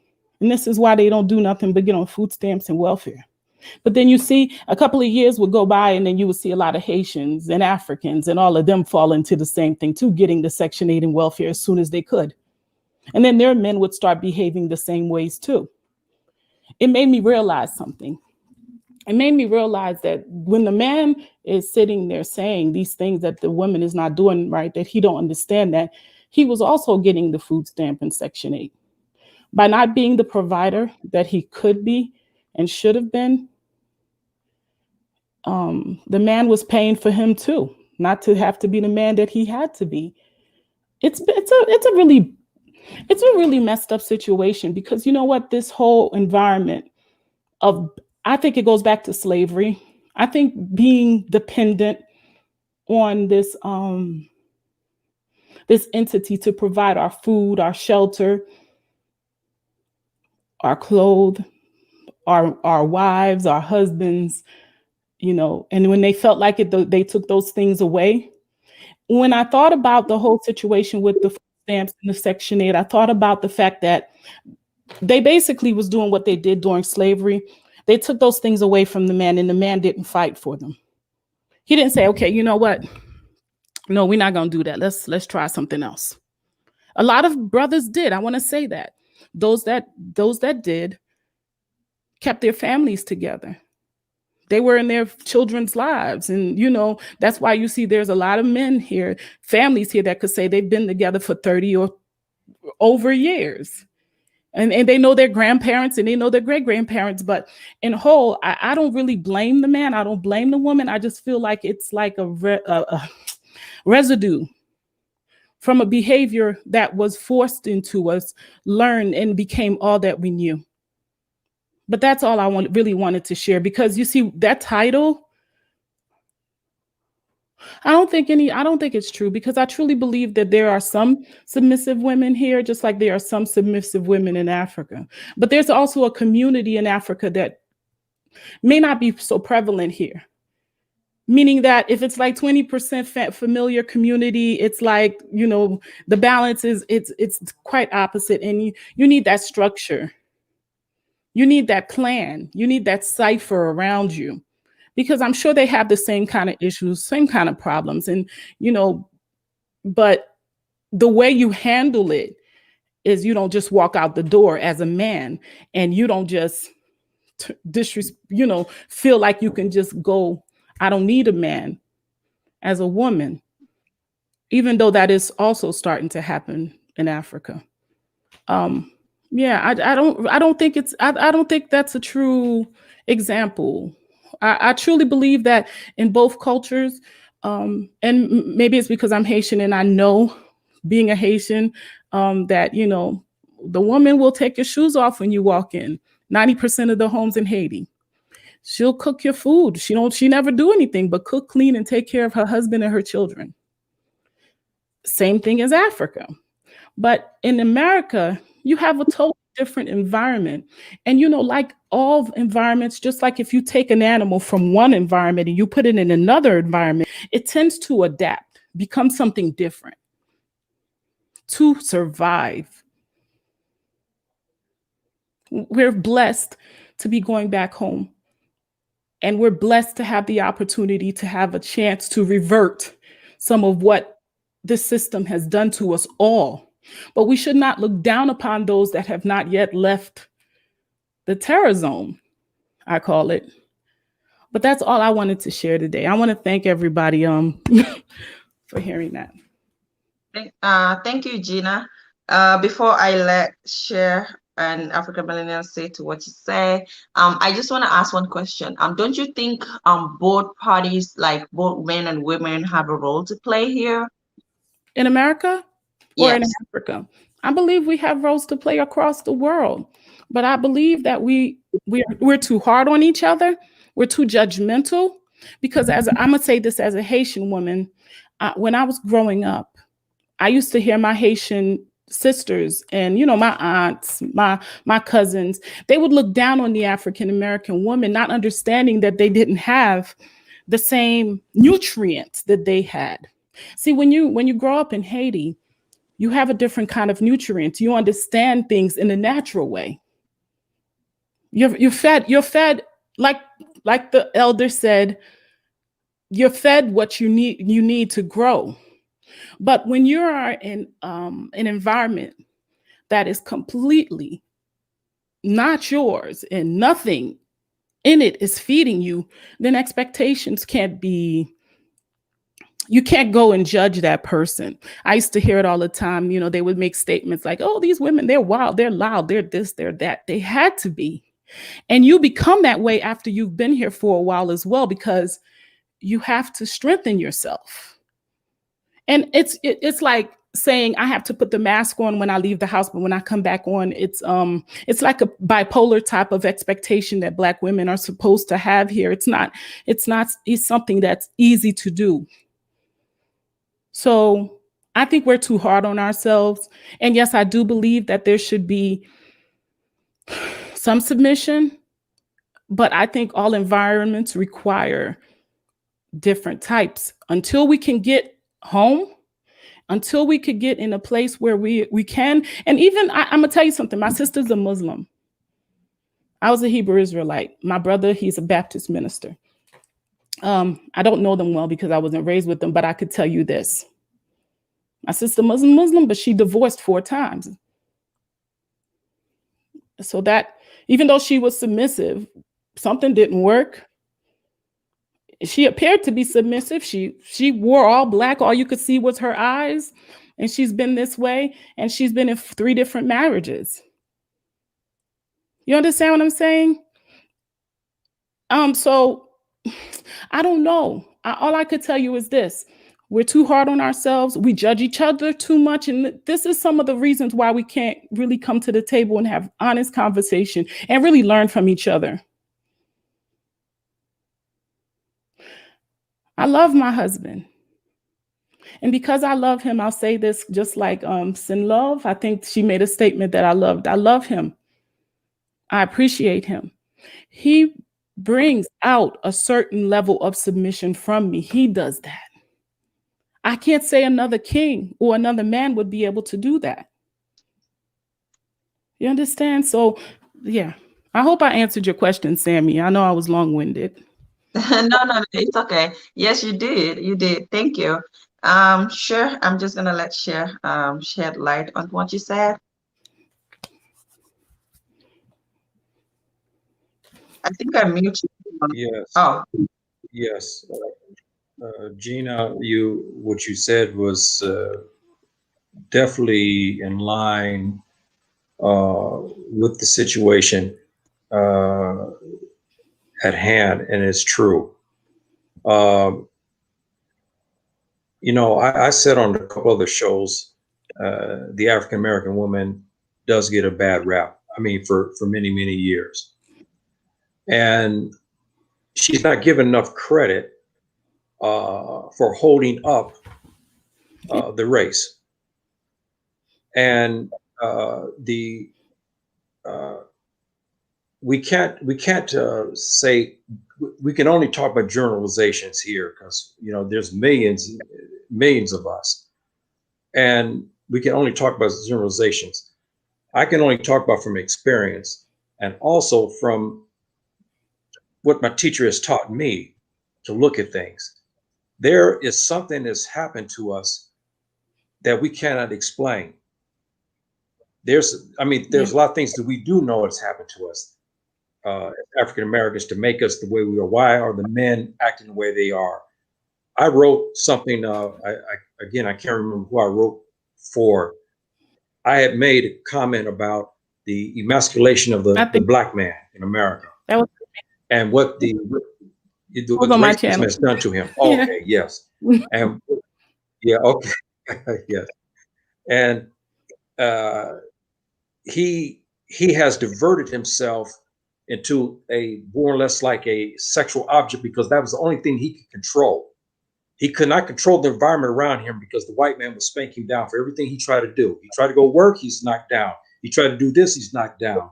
He goes driving a car, he stopped driving while Black. He's always knocked down, he's always emasculated. So he was allowed to only take one aspect of life, which was to procreate. And he procreated with many women. Yeah. And this stigma has hurt us as well. Yeah. And so the African American woman, in many respects, doesn't get enough credit. when you talk about African-American woman, people can bring out 1,000 things why they don't like her. And they rarely can ever bring up one thing they do like about her. Yeah. And this is something that is troubling again. Now, I will say this. Some of our sisters are at fault. It's true enough. Okay. Some of our sisters are at fault. But again, as my teacher said, they're not, you should not blame them. And as Gina said, as she recognized, the environment is so toxic in America. I know, I lived there 50 years. I hated it. Okay. I couldn't take it no more. When I finally got out of my job, I was so happy. I couldn't take it no more because the environment is so toxic. So our women have had a bad rap, and they have just been destroyed. When you destroy the woman, as Malcolm said, you destroy that nation. Yep. Okay. An African American nation, as we know it today, is what? What is it? What is the African American nation? How do we define it? We cannot. Is it sports? Is it entertainment? Is it gangsters? Is it drug dealers? Yeah. Okay. Is it promiscuity, or were we debauchery? They were involved in sexual misconduct. I mean, these are the many things that define the African American community today. Why? Because our woman has been destroyed. Yeah. At our footsteps is the man. But in fairness to the brother, he can't defend himself either because of the system. And Amen. even when our African brothers come to America, they fall into the same system because the system is designed to promote the tuba, as my grandmother used to call them, buckra. She called them buckra. That's what she used to call them. And the system was designed for us to fail. And the Africans who come over, they sit and they look and they walk through LA, they laugh and giggle and talk. But then what happens 5-6 years later? They're involved in the same thing. They've been stopped while driving black. All of a sudden they lose their job because they're black men. Suddenly they get beaten up by some policemen because they're black men. Then they begin to understand how toxic America really is. Yeah. So Gina makes her point, and I look at it in a sense too, as Malcolm looked at it. The woman, our sister, she has been degraded. Therefore, how can you make her into an African woman, as an African violent, when she has been degraded, when she has been knocked down, when she has been subjugated, when she's been told that she's not as beautiful as this Tubac woman, or that she is this or she is that. So therefore, her environment is it's so toxic. How can anybody in that type of environment be good? I mean, be as a quote unquote a woman should be. And as I said, the woman in America, African American woman, generally speaking, are divided into about 8 categories. The African woman is divided into 4 categories. You see, 8 categories for the African American woman. 8 categories. How can you have togetherness when you have so many factions? In Africa, it's 4 for different reasons, but the community is more still as one. But in America, because there's 8 different factions of African American, African American women in itself, 8, it cannot come together. You cannot have a union because there's too many factions. That's the other element to this. And so what Gina said is so true, and we should ponder the words that she said, because she's a woman. She's felt this pain. She knows exactly what I'm talking about. How is it when you walk down the street and you see this white woman and she looks at you and she proudly shakes her head like, hey, I'm white. My hair is blonde. I'm more beautiful than you are. And our sister can't respond to her. Why? Because the system doesn't allow that to. Because Karen will call the police. If you do stand up to her, she'll call, oh, guess what this NIGGER said to me? Oh, she's going to kill me. And these kind of factors here lead to what I have been saying. And therefore, my dear sisters and brothers, these word submissive is inappropriate in some ways because it means something that means something was dominated. And we cannot say that. And we cannot use that term because the man is not supposed to quote unquote dominate his woman. If he do, like in the hood, we have these brothers that they really do dominate their wives. I mean, you know, their women and their wives, where they beat them or they threaten them, or the woman knows that she's out of line, something's going to happen to her. That's submission there. That is submission. She's submitted because she has no other choice but to submit because she may be subject to violence. So we shouldn't even use this word submission. We should use the word cooperation. And that's just something that we have to work on. So that's what I have to say about that.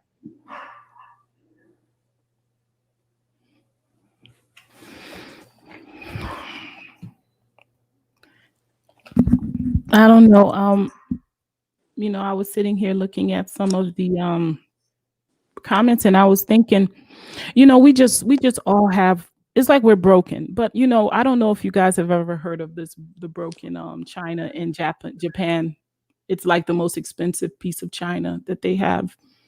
I truly believe that we were put in this position for a reason. And I truly believe that going to Africa, you know, I don't know if we're ever going to become like the continental African women. And I think that's an expectation that one shouldn't really have. It's great if it happens. It's good because, you know, I don't compare. I think my sisters on the continent are beautiful. But we're also beautiful and we bring a different type of beauty, and the humility will happen because the positions, the roles will be different. You know, it's really about those things that makes the Black woman so frustrated, the things that hurt the Black women, the things that makes us angry, the things that have wounded us will be taken away because our men will be in the place that, or the positions that they need to be in. You see, I truly believe that it's not an impossible thing, because I feel like the reason that the queen has not worn her crown was because the king was not able to wear his. And that's it. I'm not going to be able to stay. I just wanted to come and show Sammy some love. She's always coming to my channel, and I also wanted to have an opportunity to speak on something so important. So I give thanks for that, and I'll keep watching. I'm just going to be doing some things in the background. Have a blessed. You're muted.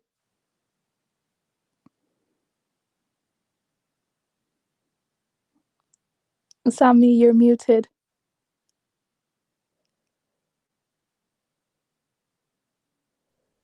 I was actually talking to you. I said you have been quiet for a while. So let me just let you come in. Yeah. So I know in the beginning I was speaking very optimistically, but the reason why I was speaking optimistically, because I was speaking from a perspective of a woman who has no issue submitting to a man who I mentioned before is already worthy. Sheikh Yaya and Bijounois already touched upon it. But I feel like as a woman, you should not submit to a man who is not worthy. And you have some women who do that, and then they try to change the man later on, and it never works. I'll give you an example. In religious teachings, at least some of them, it says what? It says wives submit to your husbands. It does not say you should submit to a man just because he's a man. You have to have something to submit to. So if it's a man in a leadership role, if it's a man because he is a religious leader, because he has a lot of money, because he's very pious, there has to be a reason. There has to be something that he is dominating in, that you as a woman respect. It's not just you submit to a man because he's the opposite sex. That's a huge problem. And I don't know if some people are not taught that, or if they think that later on it doesn't matter, but it matters so much. I believe in something called hypergamy. I know some people don't believe in it, but I believe that the person that I want to be with, they have to be financially able to take care of me. I know in this society that's something that's laughed upon, but I don't see anything wrong with saying that I want to be with a man that makes a certain amount of money. Now, I know in my case, with doing that, I also have to be careful, because if I say that I want to be with a man that makes a certain amount of money, I'm not just, again, going to be with a man because he makes a certain amount of money. I'm going to have additional qualifications, such as he's not a cheater, preferably, or he's somebody who is religious, somebody who is astute in religious studies. So I feel like this whole idea of women submit to man or this or that, it's not just, you shouldn't just put the blame on the women. You have to put the blame on the women and the men equally. We both, as a community of both genders, have things that we need to work on. A woman, if I see you submitting to a man who does not have a job, I'm sorry. I can't support you. Why would you submit to somebody, a man who has proven to you and proven to society that he's not a leader? Why would you do that? What results are you going to expect? And what results do you think a man like that, God forbid, but if you then have children with this man, what results do you think your seed will carry on? You know? So as a woman, you have to be careful who you choose to give your body to. You have to be careful. I know I'm a little bit traditional in the way that I speak, and I'm sorry, but you can't just be giving yourself to anybody who doesn't deserve it. You can't just be giving yourself to anybody who doesn't deserve it as a woman. Your body is extremely important. Also, as a man, unfortunately, I also believe that you have to be a leader. So if you're a man and you have nothing to offer, you should not be talking or complaining about women who are not willing to submit to you. Because what have you given the women? What have you given the family? So it's definitely twofold. But I will say that Sheikh Yaga did touch upon this in terms of the diaspora way of thinking. The diaspora way of thinking, we accept more from men that we shouldn't accept. I think that's a problem. And then also the diaspora way of thinking makes it so that men are not challenged as much. And then we accept it, and then we complain about it afterwards. But if we could get back to that natural realm of the men being a leader and the women submitting to men who are worthy, or not even submitting, but I guess yielding to men who are worthy, that would solve a lot of problems. And I feel like if you can't find a men like that, you have to move. You have to go somewhere else, because they do exist. I speak very highly of men, unlike some other people. It's because the men that are in my life are wonderful people. The brothers I see, the fathers I see great people in my community. So unfortunately, if you don't see those type of people, you as a woman, you have to go find those people who are worthy of you, who are worthy of yourself. When you just go around and you talk to these men who are not worthy, that shows the world what you think about yourself as well. So yeah, that's just what I think about that. Absolutely. And I agree with what you said, African millennial, as in, looking for a man who is financially stable to take care of you. And I don't see anything wrong with that. Because I remember I used to say that before I was married. I used to be like, I am not marrying someone who is not financially stable. Not because I'm looking for somebody who is rich, but somebody who can take care of me and also who is hardworking. So I don't think it's a bad thing for a woman to look for somebody who can take care of you, because you don't want to go marry to someone who cannot take care of you.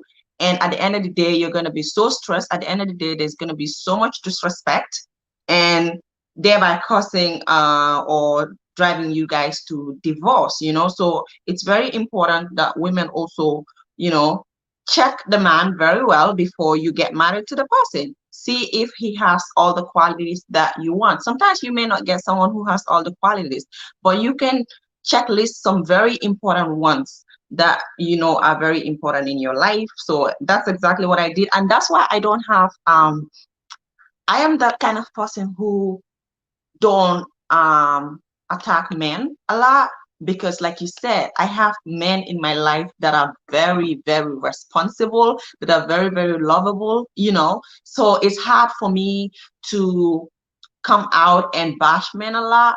But then I have seen also friends and family who would, you know, talk about their situation, and I'm like, some men are bad.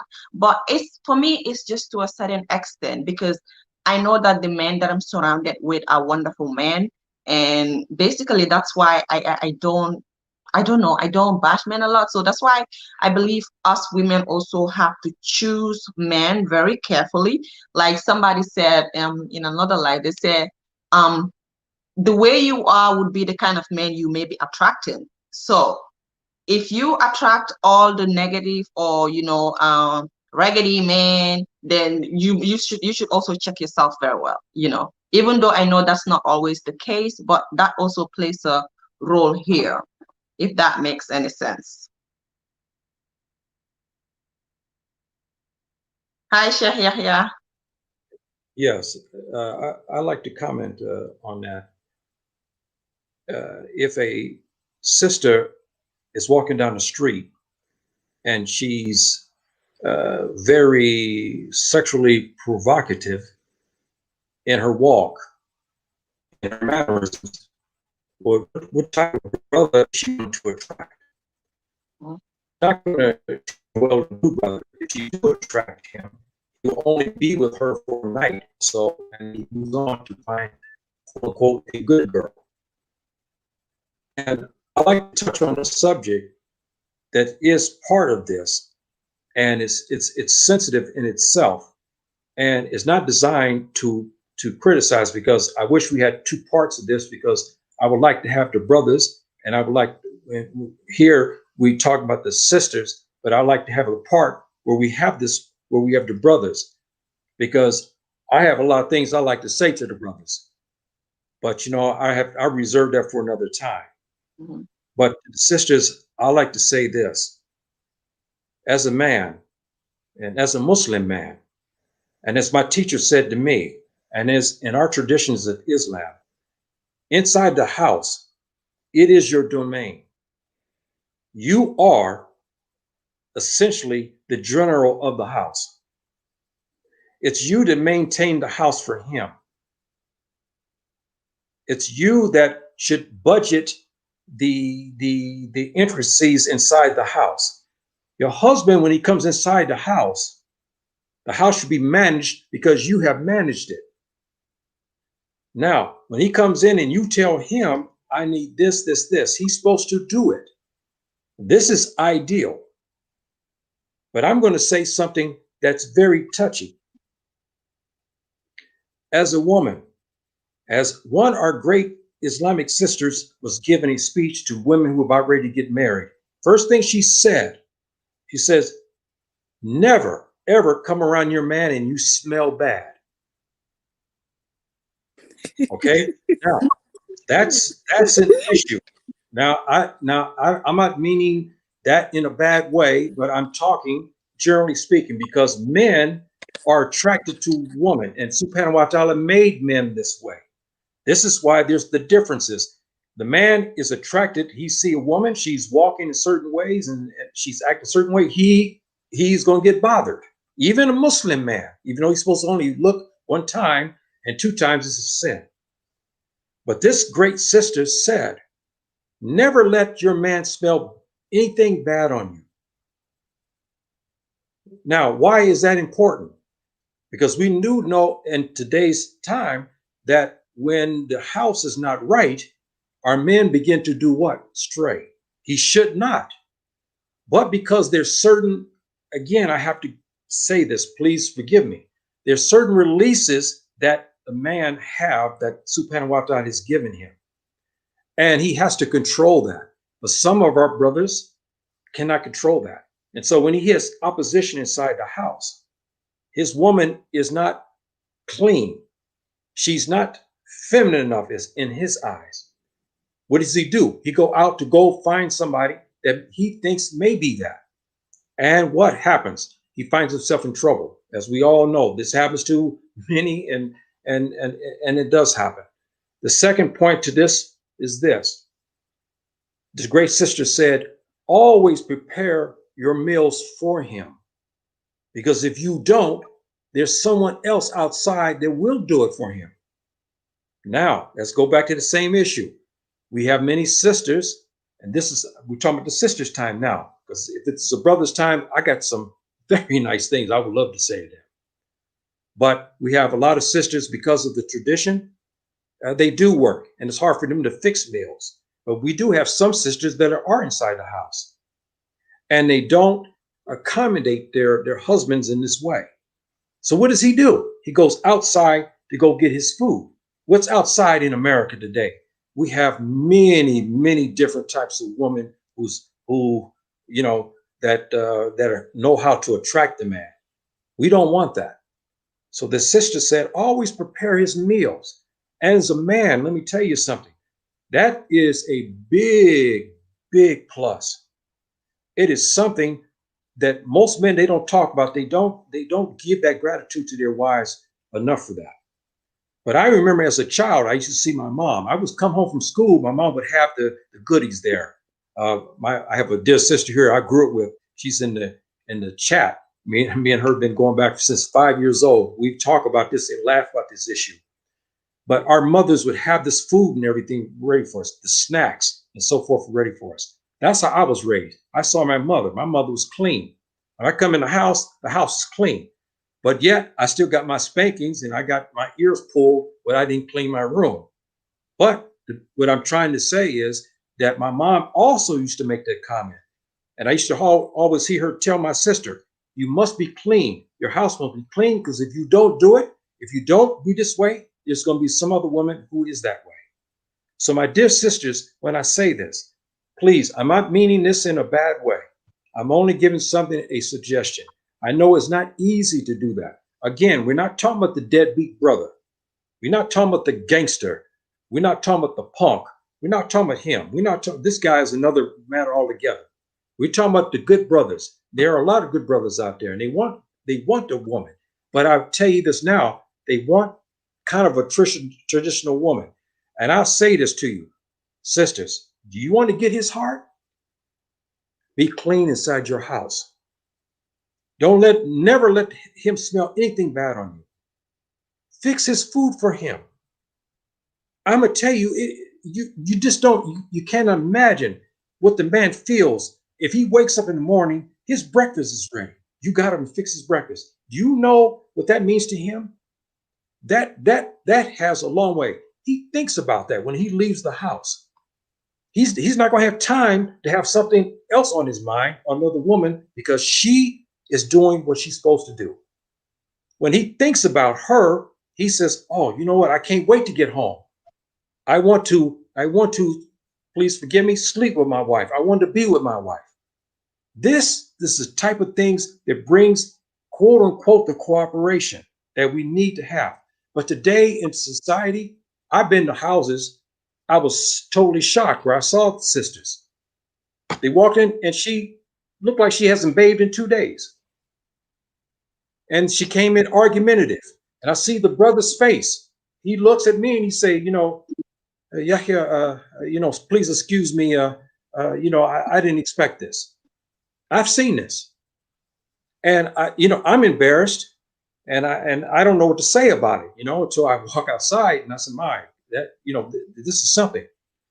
But my dear sisters, I say this to you.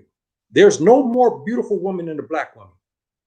But I say this again, but the ugliest woman on this earth is not an ugly white woman.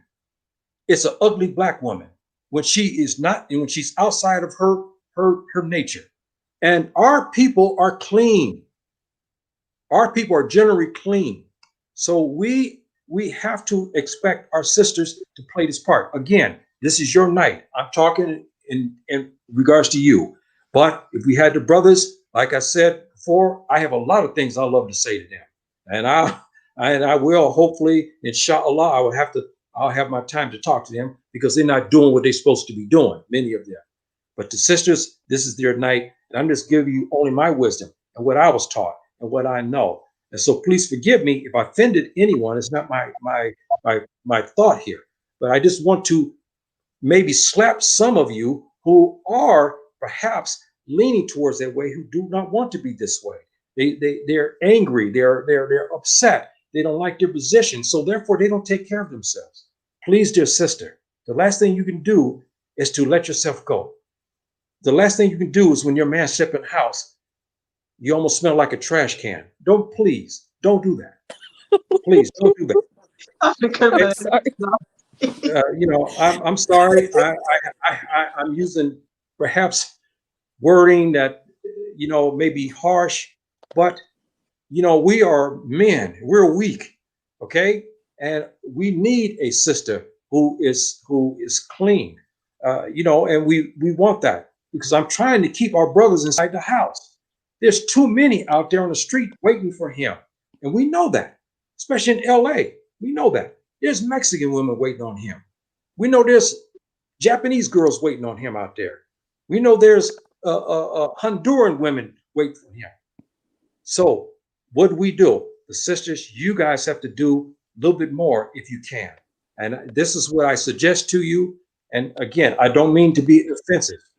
And I'm not blaming you. Remember what I said in my first talk. I'm not blaming you for what has happened because you cannot help some of the things that's happened to you and because you've been given a bad deck.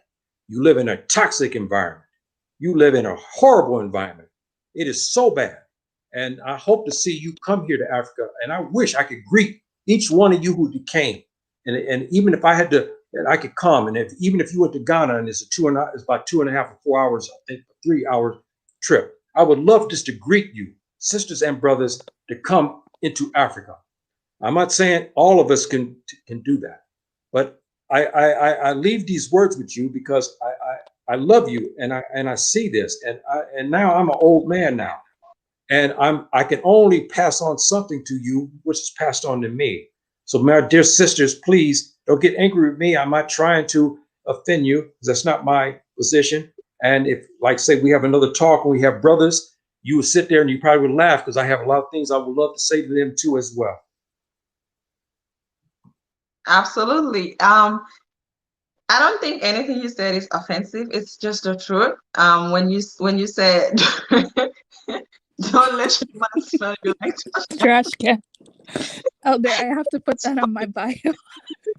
but it's the truth, I remember well, I think all Africans know this, but like we always try to make sure the home is clean when before the husband comes in. That's why we have like these scents. Some of them come from Saudi Arabia, or Dubai, like these scents that you would like before your man comes home.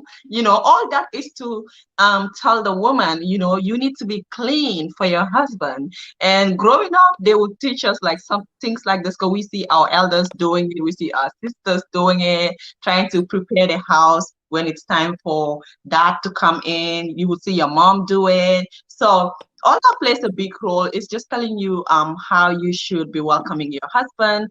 Cleanliness is key in marriage. Like you said, if your husband is just always smelling you or you're cooking fish, then you didn't take a shower, then you're smelling fish, then you go to bed. All that is an issue, and pretty much it could be driving him outside. And I watched this movie one time when this lady was complaining that her husband is coming home late.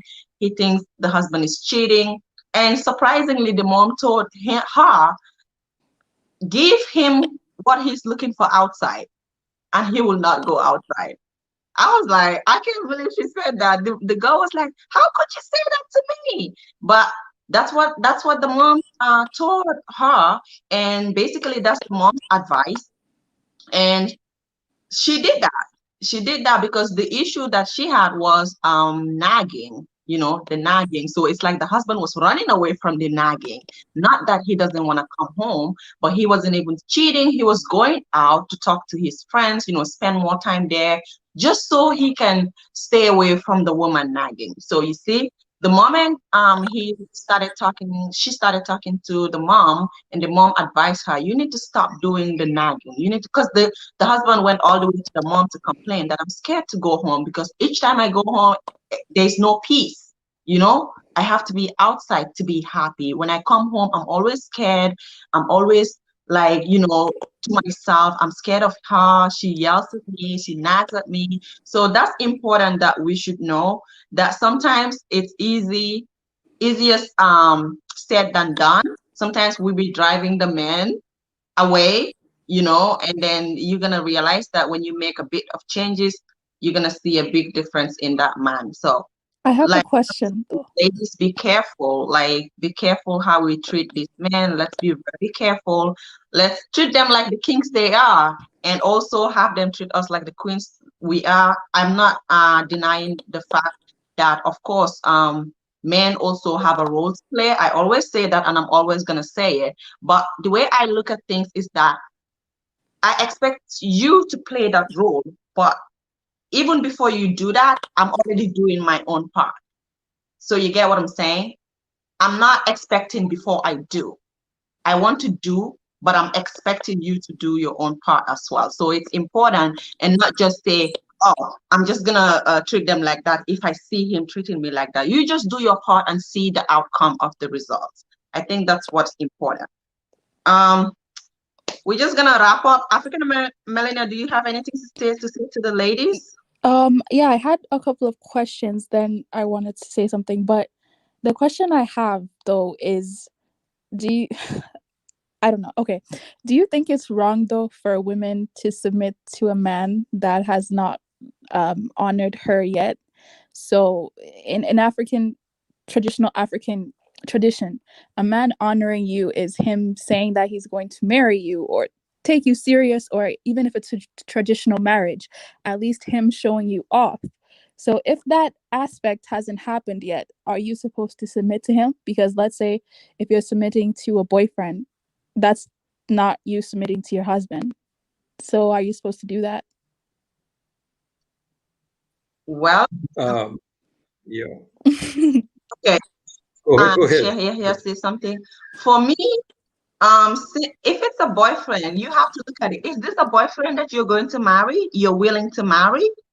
Because it's also good that, because the thing is that when we look at some religious aspects, sometimes the way we date nowadays is very different from, you know, dating back in the day. Dating back in the day has nothing to do with so many things that we do right now, like, you know, sleeping together, you know, living with a man. It's different. You get what I'm saying? So dating back in the day is just dating and getting to know each other, you know, chatting, asking each other questions, I believe, you know, and getting to know the person through other people as well, you know, and still having conversation with the person as well. But now dating is more like marriage. You know, it's not necessarily marriage because you're not formally or religiously married, but it's more like marriage because people be dating and they be sleeping with the men, or the men sleeping with women, and, you know, kissing everywhere. So it's like you're more like you're married. You're doing everything a married person is doing. So I would say when things like that is happening, then I don't know, you might want to, you know, respect the person. Like, we don't want to use the use submissive, but like Shay said, cooperative. You know, you have to cooperate. You have to be respectful, because that is when the guy is gonna know, hey, does he really need to marry someone like it? Because he's looking for a good woman too. So it's not like before. Nowadays, everything is exposed. We do a lot of things. Like you said, you have to also value yourself, know your self-worth for somebody else to know it. But I don't want to speak much on that because generations have changed, and literally there's nothing I can do about that. But I'm gonna let Chef shed light on that. Yeah. I have to talk from an Islamic standpoint. When you marry, you can't expect 100% of all your ideals, what you expect. We're taught in Islam that you must have patience, and that patience may sometimes be a couple of years. But say if this man that you're talking about, perhaps he may not have the job that you think he should have and the money, but he treats you like a queen. He treats you like a African violet. Why would you get rid of this man?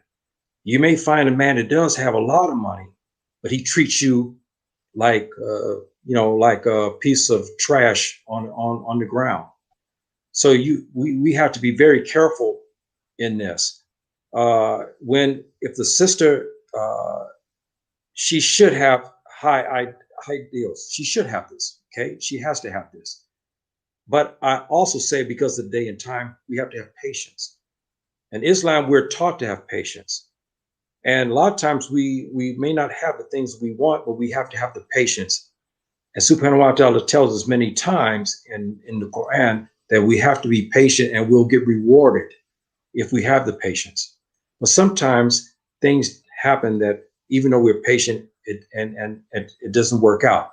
And I know sisters who've been patient, and this brother just won't comply.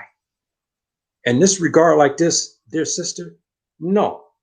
You how can you be quote unquote submissive or cooperative with him when he himself now has had years to man up, so to speak, and he didn't do it. But on the same token, I have to say something too. The African American man who is working and he's fired from his job, not because he did something wrong, because he's a black man. How about these ones too that are last hired and first fired? And say he goes from one job to the next, it keeps getting fired because they find things wrong with him. Our dear sisters, I'd like to know, what should we do with this man? Should our sisters divorce him? Is it his fault? I'm just thinking about the other aspect of it. He's not a deadbeat. He works, but he's fired. He works a job 2 years, 3 years or something. Again, he's fired. Or there's a layoff, and instead they say, well, we have to lay you off. I'm sorry, yeah, here we got to lay you off. But come to find out, all the African Americans are laid off, and the whites, the Tubobs, are still working. So those are the other aspects. This topic is extremely difficult, but it's broad as well, and it's very hurtful because we have to say things that sometimes we don't want to hear. And I want our sisters, especially our African-American sisters, to have a focus on something. I want you to work towards your correct nature. Your correct nature is not to dominate a man. Okay, that is not it. As I heard Green Global Book, she was talking about this issue. She's told very good. She said, we have not learned how to turn this off, being a superwoman and going from the superwoman to this feminine woman, a woman, womanly, and so forth. We have not learned to do this. And she said it correctly. And so it's not the role of the woman. I'm not talking about when you're dealing with a punk inside the house. We're not talking about that, or some gangster. We're not talking about that. We're talking about the average brother and so forth. It's not your role to dominate him, because that is outside of nature. You're not to dominate him or try to dominate him, because that's a recipe for disaster. And any man who come on here will tell you that. If he's inside of his house, he has a woman who's nagging at him, telling him what to do, and especially when he's doing his job. And she's talking to him in a disrespectful way. When he says, look, I think we're going to do this. And she says, no, we're not going to do it. And if you don't do it, I'm going to cut you off in the bed. I mean, these are things that some of the sisters do. And we can't say they don't happen. And lastly, I'll shut up on this. I just touched on another sensitive subject. My dear sisters, please never take the bedroom from your man. Now, I'm not talking about when he's wrong and when he's done things to you disrespectfully, he's hit you, he's beat you, he's done things. I'm not talking about that. But I'm talking about when you have arguments inside the house or when you have disagreements, don't take the bed from him. Please don't do that. Because when you do that, you emasculate him. As I said before, physiologically, we have a problem. We have things, we have releases that we have to have. This is proven scientifically. And sisters know this a lot of times. And they say, you know what? I'm going to get Yahya to do what I want. So if I take the bed from him for 2 weeks, he'll probably, quote unquote, submit to what I want. And this is something, my dear sisters, please don't do that, because you add animosity. He will not be able to listen to you for 2 weeks. He's going to be angry. And a lot of frustration because why? He needs those releases. He wants those releases, but he wants to do it with his wife. He doesn't want to do it with Karen or some other lady around the corner. He wants to do it with you.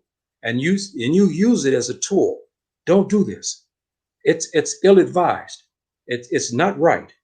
And you'll lose respect from your husband. When you finally submit to him, he may take revenge. And so he said, okay, you know what? You did this for me for 2 weeks. Okay, this is what I'm going to do. And then now you guys at war, all because you used the bedroom against him. My dear sisters, please don't do that. Find another way to get your way. And there's ways. And I heard other sisters talk about femininity. If you come on as a feminine, you act kindly, you do things, you know what? That melts the heart of most hard men. You know, all scholars will tell you that. If you act in such a way here, you'll get what you want. Especially when you give him his bedroom, when you give him his meals, and when you are clean inside the house. You know what? That brother tends to do more things that you thought would not happen. He'll come and buy a car for you, or he'll come and do this for you. He'll start doing that for you. You see him, oh, sweetheart, let me pick this up. Why? Because you have taken care of him in the bedroom. You've taken care of his meals. You've taken care of his kids. And that makes a big difference. And again, I don't mean to be offensive. Absolutely. I agree. And I did learn a lot from everything you said because I am young and married too. So I need to learn, you know, from people like you. So thank you so much for joining this panel. I really appreciate having you on board all the time on my live streams. I just want to say thank you so much. I appreciate you wholeheartedly. But yeah, basically this life is ending right now. I think we have said a lot, and we're all gonna go home with something today. And please don't be offended if this life was kind of like it touched you in some kind of way. We're just trying to communicate and, you know, try to just get things right and learn from each other, because everybody's opinion, whether it's it doesn't sit right with you, is good, because somebody else might be learning. Even if you don't learn from the person, another person will be learning. So don't be offended. And if I said anything here that offends anybody, also, I am sorry. I didn't mean to. I just spoke my opinion about this topic, and that's it. But yeah, other than that, I just want to say I love you all. Happy companion. Thank you for the super chat. I seen it. I just couldn't say thank you, but I seen it. Thank you so much. African Millennial, thank you for joining me. And everyone else that came on the panel, thank you. The chat section, you guys are amazing. You guys are wonderful. And that's why I love you. You always come through with me. But yeah, that's it for this live. And I hope you all have a great night or morning, wherever you are. Sehya, thank you. I know it's late in Morocco, but Yes. always come through for me. Thank you so much. And yeah, guys, love you all and have a good one. Salam alaikum. Wa alaikum salam.